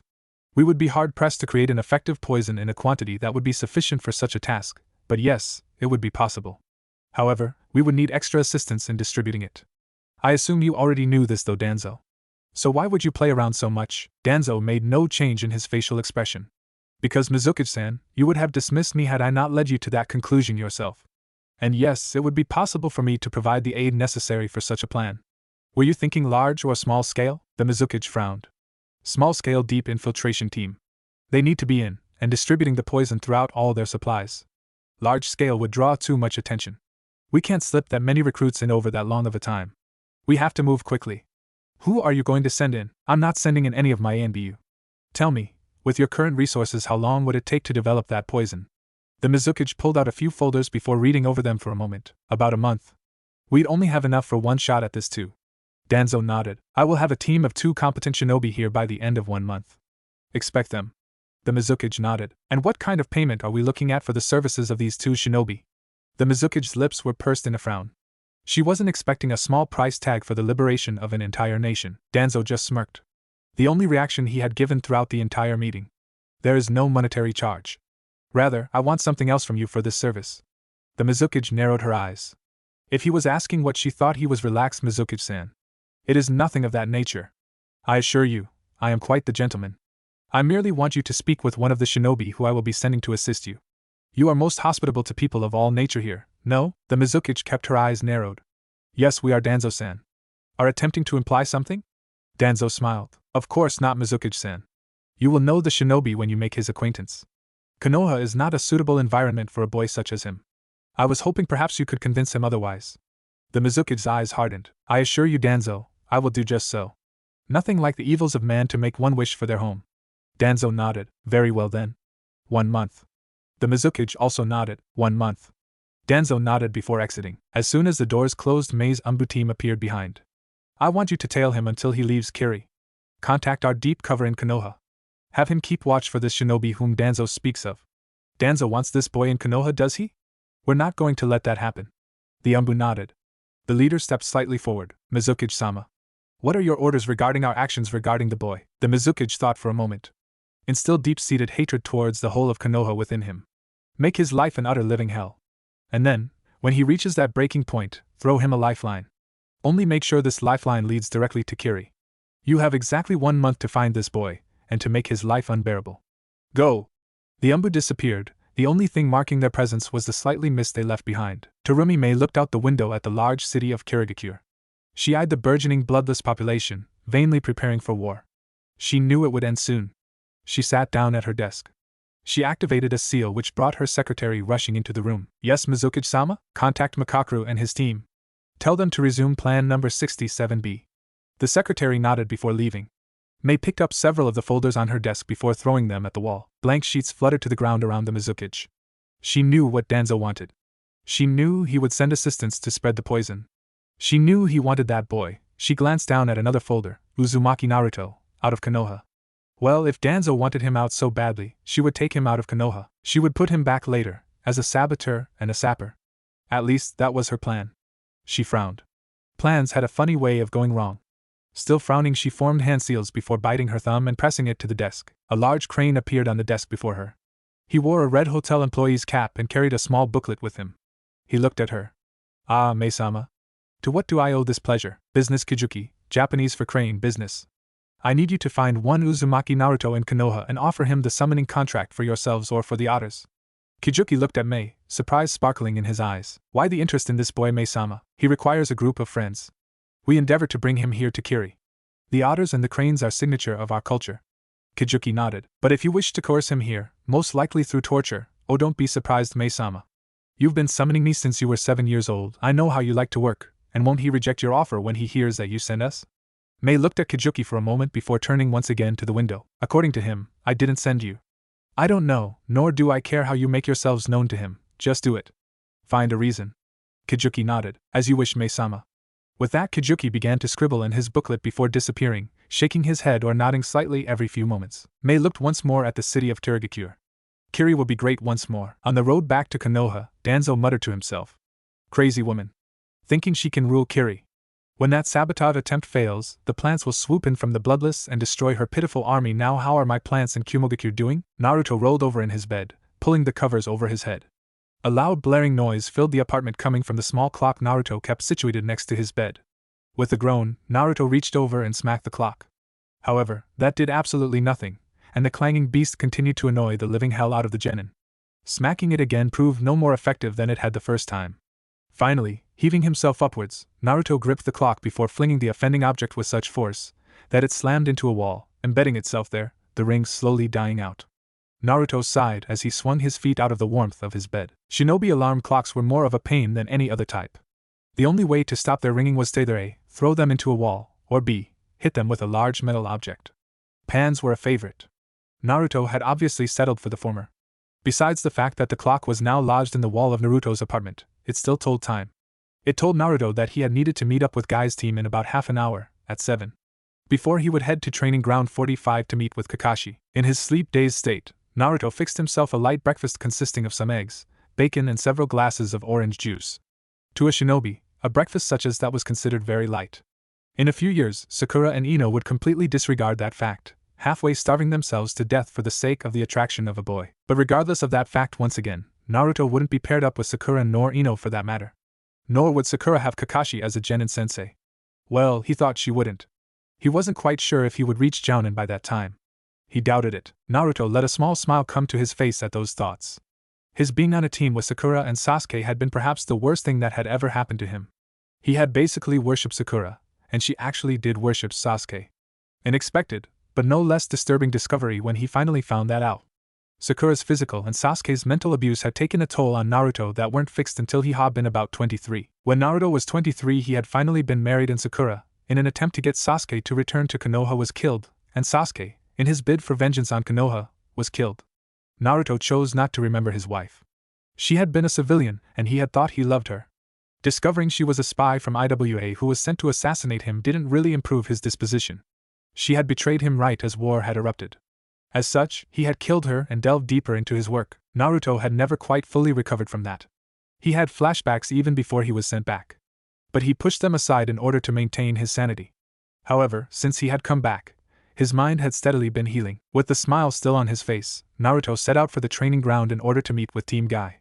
However, he had forgotten one incredibly important detail that he would later kick himself for, and most likely dread for the remainder of his existence. Naruto's arrival at the training ground was met with two figures, clad in green spandex of all things, disgusting, eye-shriveling, sense-torturing, far too tight, oh dear God save me, green spandex. And apart from that, both men were currently involved in hugging each other. Tightly. In tight spandex. Shouting each other's names, while the image of a sun setting on a beach, the light reflecting gently off the rolling waves, appeared behind them, highlighting the horrific torture that was this scene. Naruto's mind shut down at the sight. His mouth hung slightly agape, and his eyes became vacant. It was the slight continuous groan that began emitting from his mouth that alerted Team Guy to the appearance of their newest training partner. Lee. It appears our most youthful companion has fallen into a most unyouthful stupor. We must hurry to revive our companion lest this terrible fate becomes permanent. Yash. Of course, Guy-sensei. As the two approached Naruto with the intent of doing who knows what to awaken him, Tenten, as Naruto would later put it, as though she was sent by Kami himself, stepped in to take care of the situation. Niji was too busy contemplating his fate to care about the situation. He had attained a point of consciousness where he was able to subconsciously ignore anything related to Lee or Guy unless spoken to directly. Tenten stepped in and held up a hand. Not so fast, boys. This looks like it could use a woman's touch.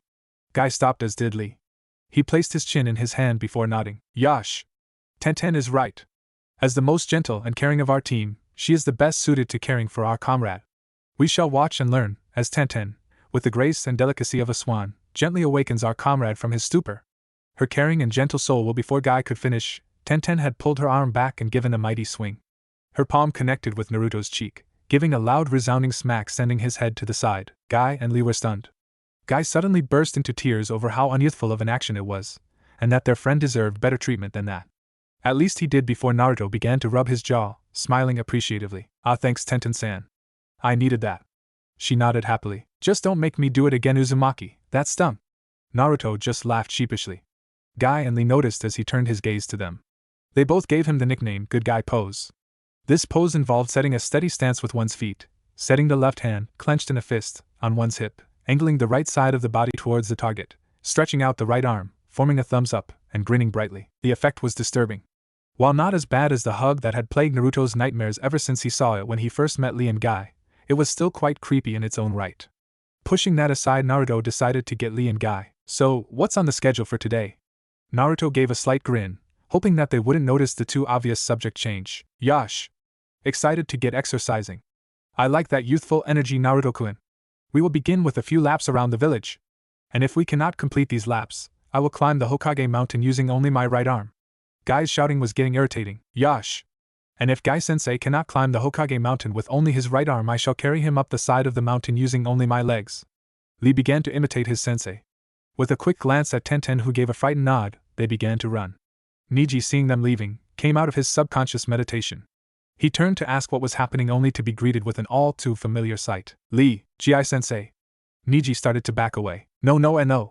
Niji was about to turn and run when it happened. Lee and Guy seemingly flew into each other's arms as the sunset appeared behind them. The shouting of the other's name continued, Niji frozen in place. Niji's mouth started to quiver slightly after such prolonged exposure to the scene. Eventually, he gave in and turned, and ran screaming into the center of the forest located nearby. He had appearances to keep after all. Naruto and Tenten continued to jog along the edges of Konoha. Naruto, while having great endurance because of the Kyuubi's presence, was tiring slightly. Konoha was, after all, an enormous city. Tenten was obviously in better shape. She wasn't panting at all. During the currently silent run, Naruto decided to start a conversation. So, Tenten-san, how long have you been going on these daily runs with the Green Freaks? She looked over, a small smile dancing at her lips over his name for Lee and Guy. About a year now. Since I graduated the academy, really. Those days seem like such a long time ago now. I remember I couldn't even make it a quarter of a mile around the village at first. I never put much effort into physical training. The team's been good for me in that respect. Naruto nodded. I've hardly been out of the academy, and it still seems like a world apart. I mean, we sit around in a classroom for hours talking about what it is to be a shinobi, then we practice our jutsu and our accuracy and our taijutsu, and we're tested on it, and then we're out here. With a Jounin sensei actually experiencing it. It's oddly liberating, but also oddly terrifying. Tenten looked at Naruto with an odd expression. He had seemingly zoned out. Like he hadn't been at the academy for years. Which was true that he hadn't. He had only passed the test this time around. Snapping out of his gaze, he grinned at her once more.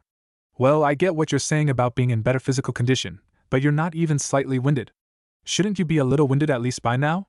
Tenten just smirked at him. It's a trade secret. Naruto sighed heavily. Trade secret, eh? We're both Konoha shinobi, so surely you can share? Tenten just continued to smirk before finally giving in. Alright. The secret is to coat your lungs with a layer of chakra. You can enhance your muscles with chakra, and your organs. The chakra allows your lungs to absorb more oxygen from the air you breathe in, which in turn keeps you better oxygenated and less short of breath. It's also a good idea to cycle your chakra throughout your body as you run. You build up lactic acid as you exercise, and the chakra helps to disperse it. Naruto nodded at the explanation. At his first attempt, Naruto became slightly dizzy. Tenten just laughed at his expression. It takes some getting used to. You gotta be careful that you don't overcharge your lungs or you end up passing out. Basically, you hyperventilate in normal length breaths. Naruto nodded. They continued their run for a while in silence, enjoying the calm. Naruto glanced up into the sky and noticed the position of the sun. It was almost 10. Sorry Tenten-sen, but I need to meet with my sensei now. I enjoyed our run and look forward to tomorrow. Tenten smiled and waved as he left. Once he was out of sight, she gave a heavy sigh. Why couldn't he be a few years older? Maybe then I wouldn't have gotten Fate Boy and the green team. With a resigned sigh, Tenten continued running. Naruto made his way to training ground 45. He jogged onto the field at 9:58.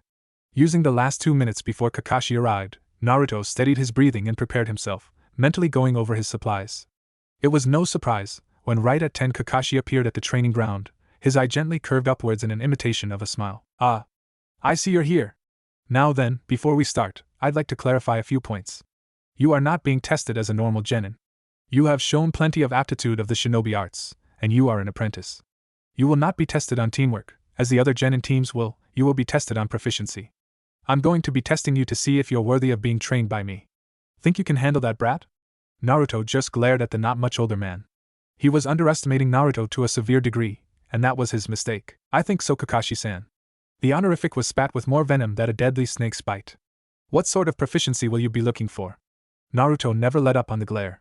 He still couldn't completely forgive the man for what he had done. And he was being a real ass too. Oh, just the general things. You know. Taijutsu, genjutsu, ninjutsu, weapon skills, ninja tools proficiency, and any bloodline abilities you might possibly possess. I need to know exactly what sort of skills you have before I can begin training you. Naruto still had a glare leveled at the man. And what are you going to be training me for? Kakashi smiled. You are going to become Konoha's newest, and one of the most highly proficient, assassination specialists. Rest assured, you won't be lacking in your other skills. What good is an assassination specialist who can't defend himself? Naruto nodded. Kakashi just smiled once more. Now then. Shall we get started? Naruto nodded. Kakashi simply stood in place as Naruto watched him.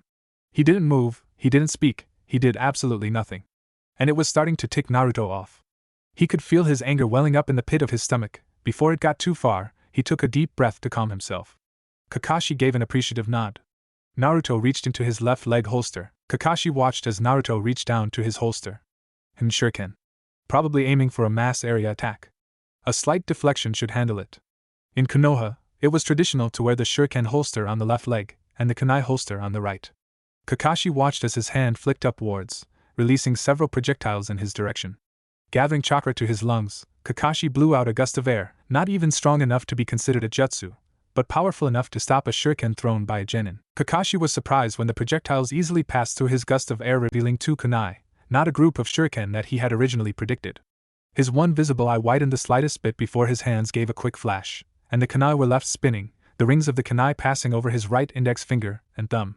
He gave a quick glance at Naruto, who was now reaching into his right holster. Definitely shuriken this time. Kakashi watched as the projectiles were thrown at him once more, but something was off. They weren't all shuriken. He leapt slightly to the side, kunai and shuriken passing by. He glanced at Naruto again. Mixing his holsters unusual, but effective. He landed, his hand flashing out to send the two kunai spiraling towards Naruto. Naruto simply watched as the kunai headed for him. He began to form hand seals, but before he could finish, one of the kunai slammed into his forehead, knocking him backwards, while the other connected with his chest. He flew backwards several feet before landing on his back, his eyes the picture of surprise. Kakashi's eye widened. He hadn't actually meant to kill his student. Rushing to the motionless body, Kakashi bent over to see if he could hear his breathing. He couldn't. He glanced at the wounds, an enormous amount of blood pouring forth. He failed to notice the green tinge of the blood. Opening Naruto's mouth, Kakashi prepared to resuscitate the genin when he noticed something odd. There was a leaf in Naruto's mouth. Kakashi pulled the leaf free, and as he did, Naruto disappeared in a puff of smoke, leaving behind a pile of leaves. Kakashi's eyes widened. A bunshin! Almost immediately a foot made its way towards Kakashi's head. It hadn't even brushed his silver hair before he had moved out of the way and spun round, lashing out with a fierce jab. He felt his fist connect with flesh, but the impact didn't reel backwards. He took a moment to observe Naruto. He had blocked the punch with his forearm, which would probably disable the appendage for a minute or so, and his kick had missed. Before he could take another observation, Naruto's fist lashed out at Kakashi. Leaping just out of the range of the fist, Kakashi felt cool metal prick at his stomach. Glancing at Naruto's fist, he noticed that he held 3 kunai in each hand, extending his range, and giving his hands an almost claw-like quality. A quick bodily sweep notified him that he held 3 kunai in his other hand too. These kunai were being used similar to Asuma's trench knives. However, they had larger handles, meaning it was harder to hold them. Kakashi wouldn't have to use much force to knock the kunai free. Naruto lunged at him once more, sweeping his hands in an attempt to slash Kakashi, but Kakashi leapt well out of range. Naruto stopped and took up a stance as he eyed Kakashi. Kakashi reached down into his equipment pouch. No way in hell is he pulling out his porno now. Naruto rushed Kakashi in an attempt to draw his attention back to him. He still remembered the burning putrid sensation of when Kakashi first began reading porn while they fought. While he was running, he took his eyes off Kakashi's hand. He missed when the hand emerged, holding 2 kunai. He missed when he tossed one to his other hand. He didn't, however, miss when the 2 kunai came down on top of the middle kunai in each of his hands.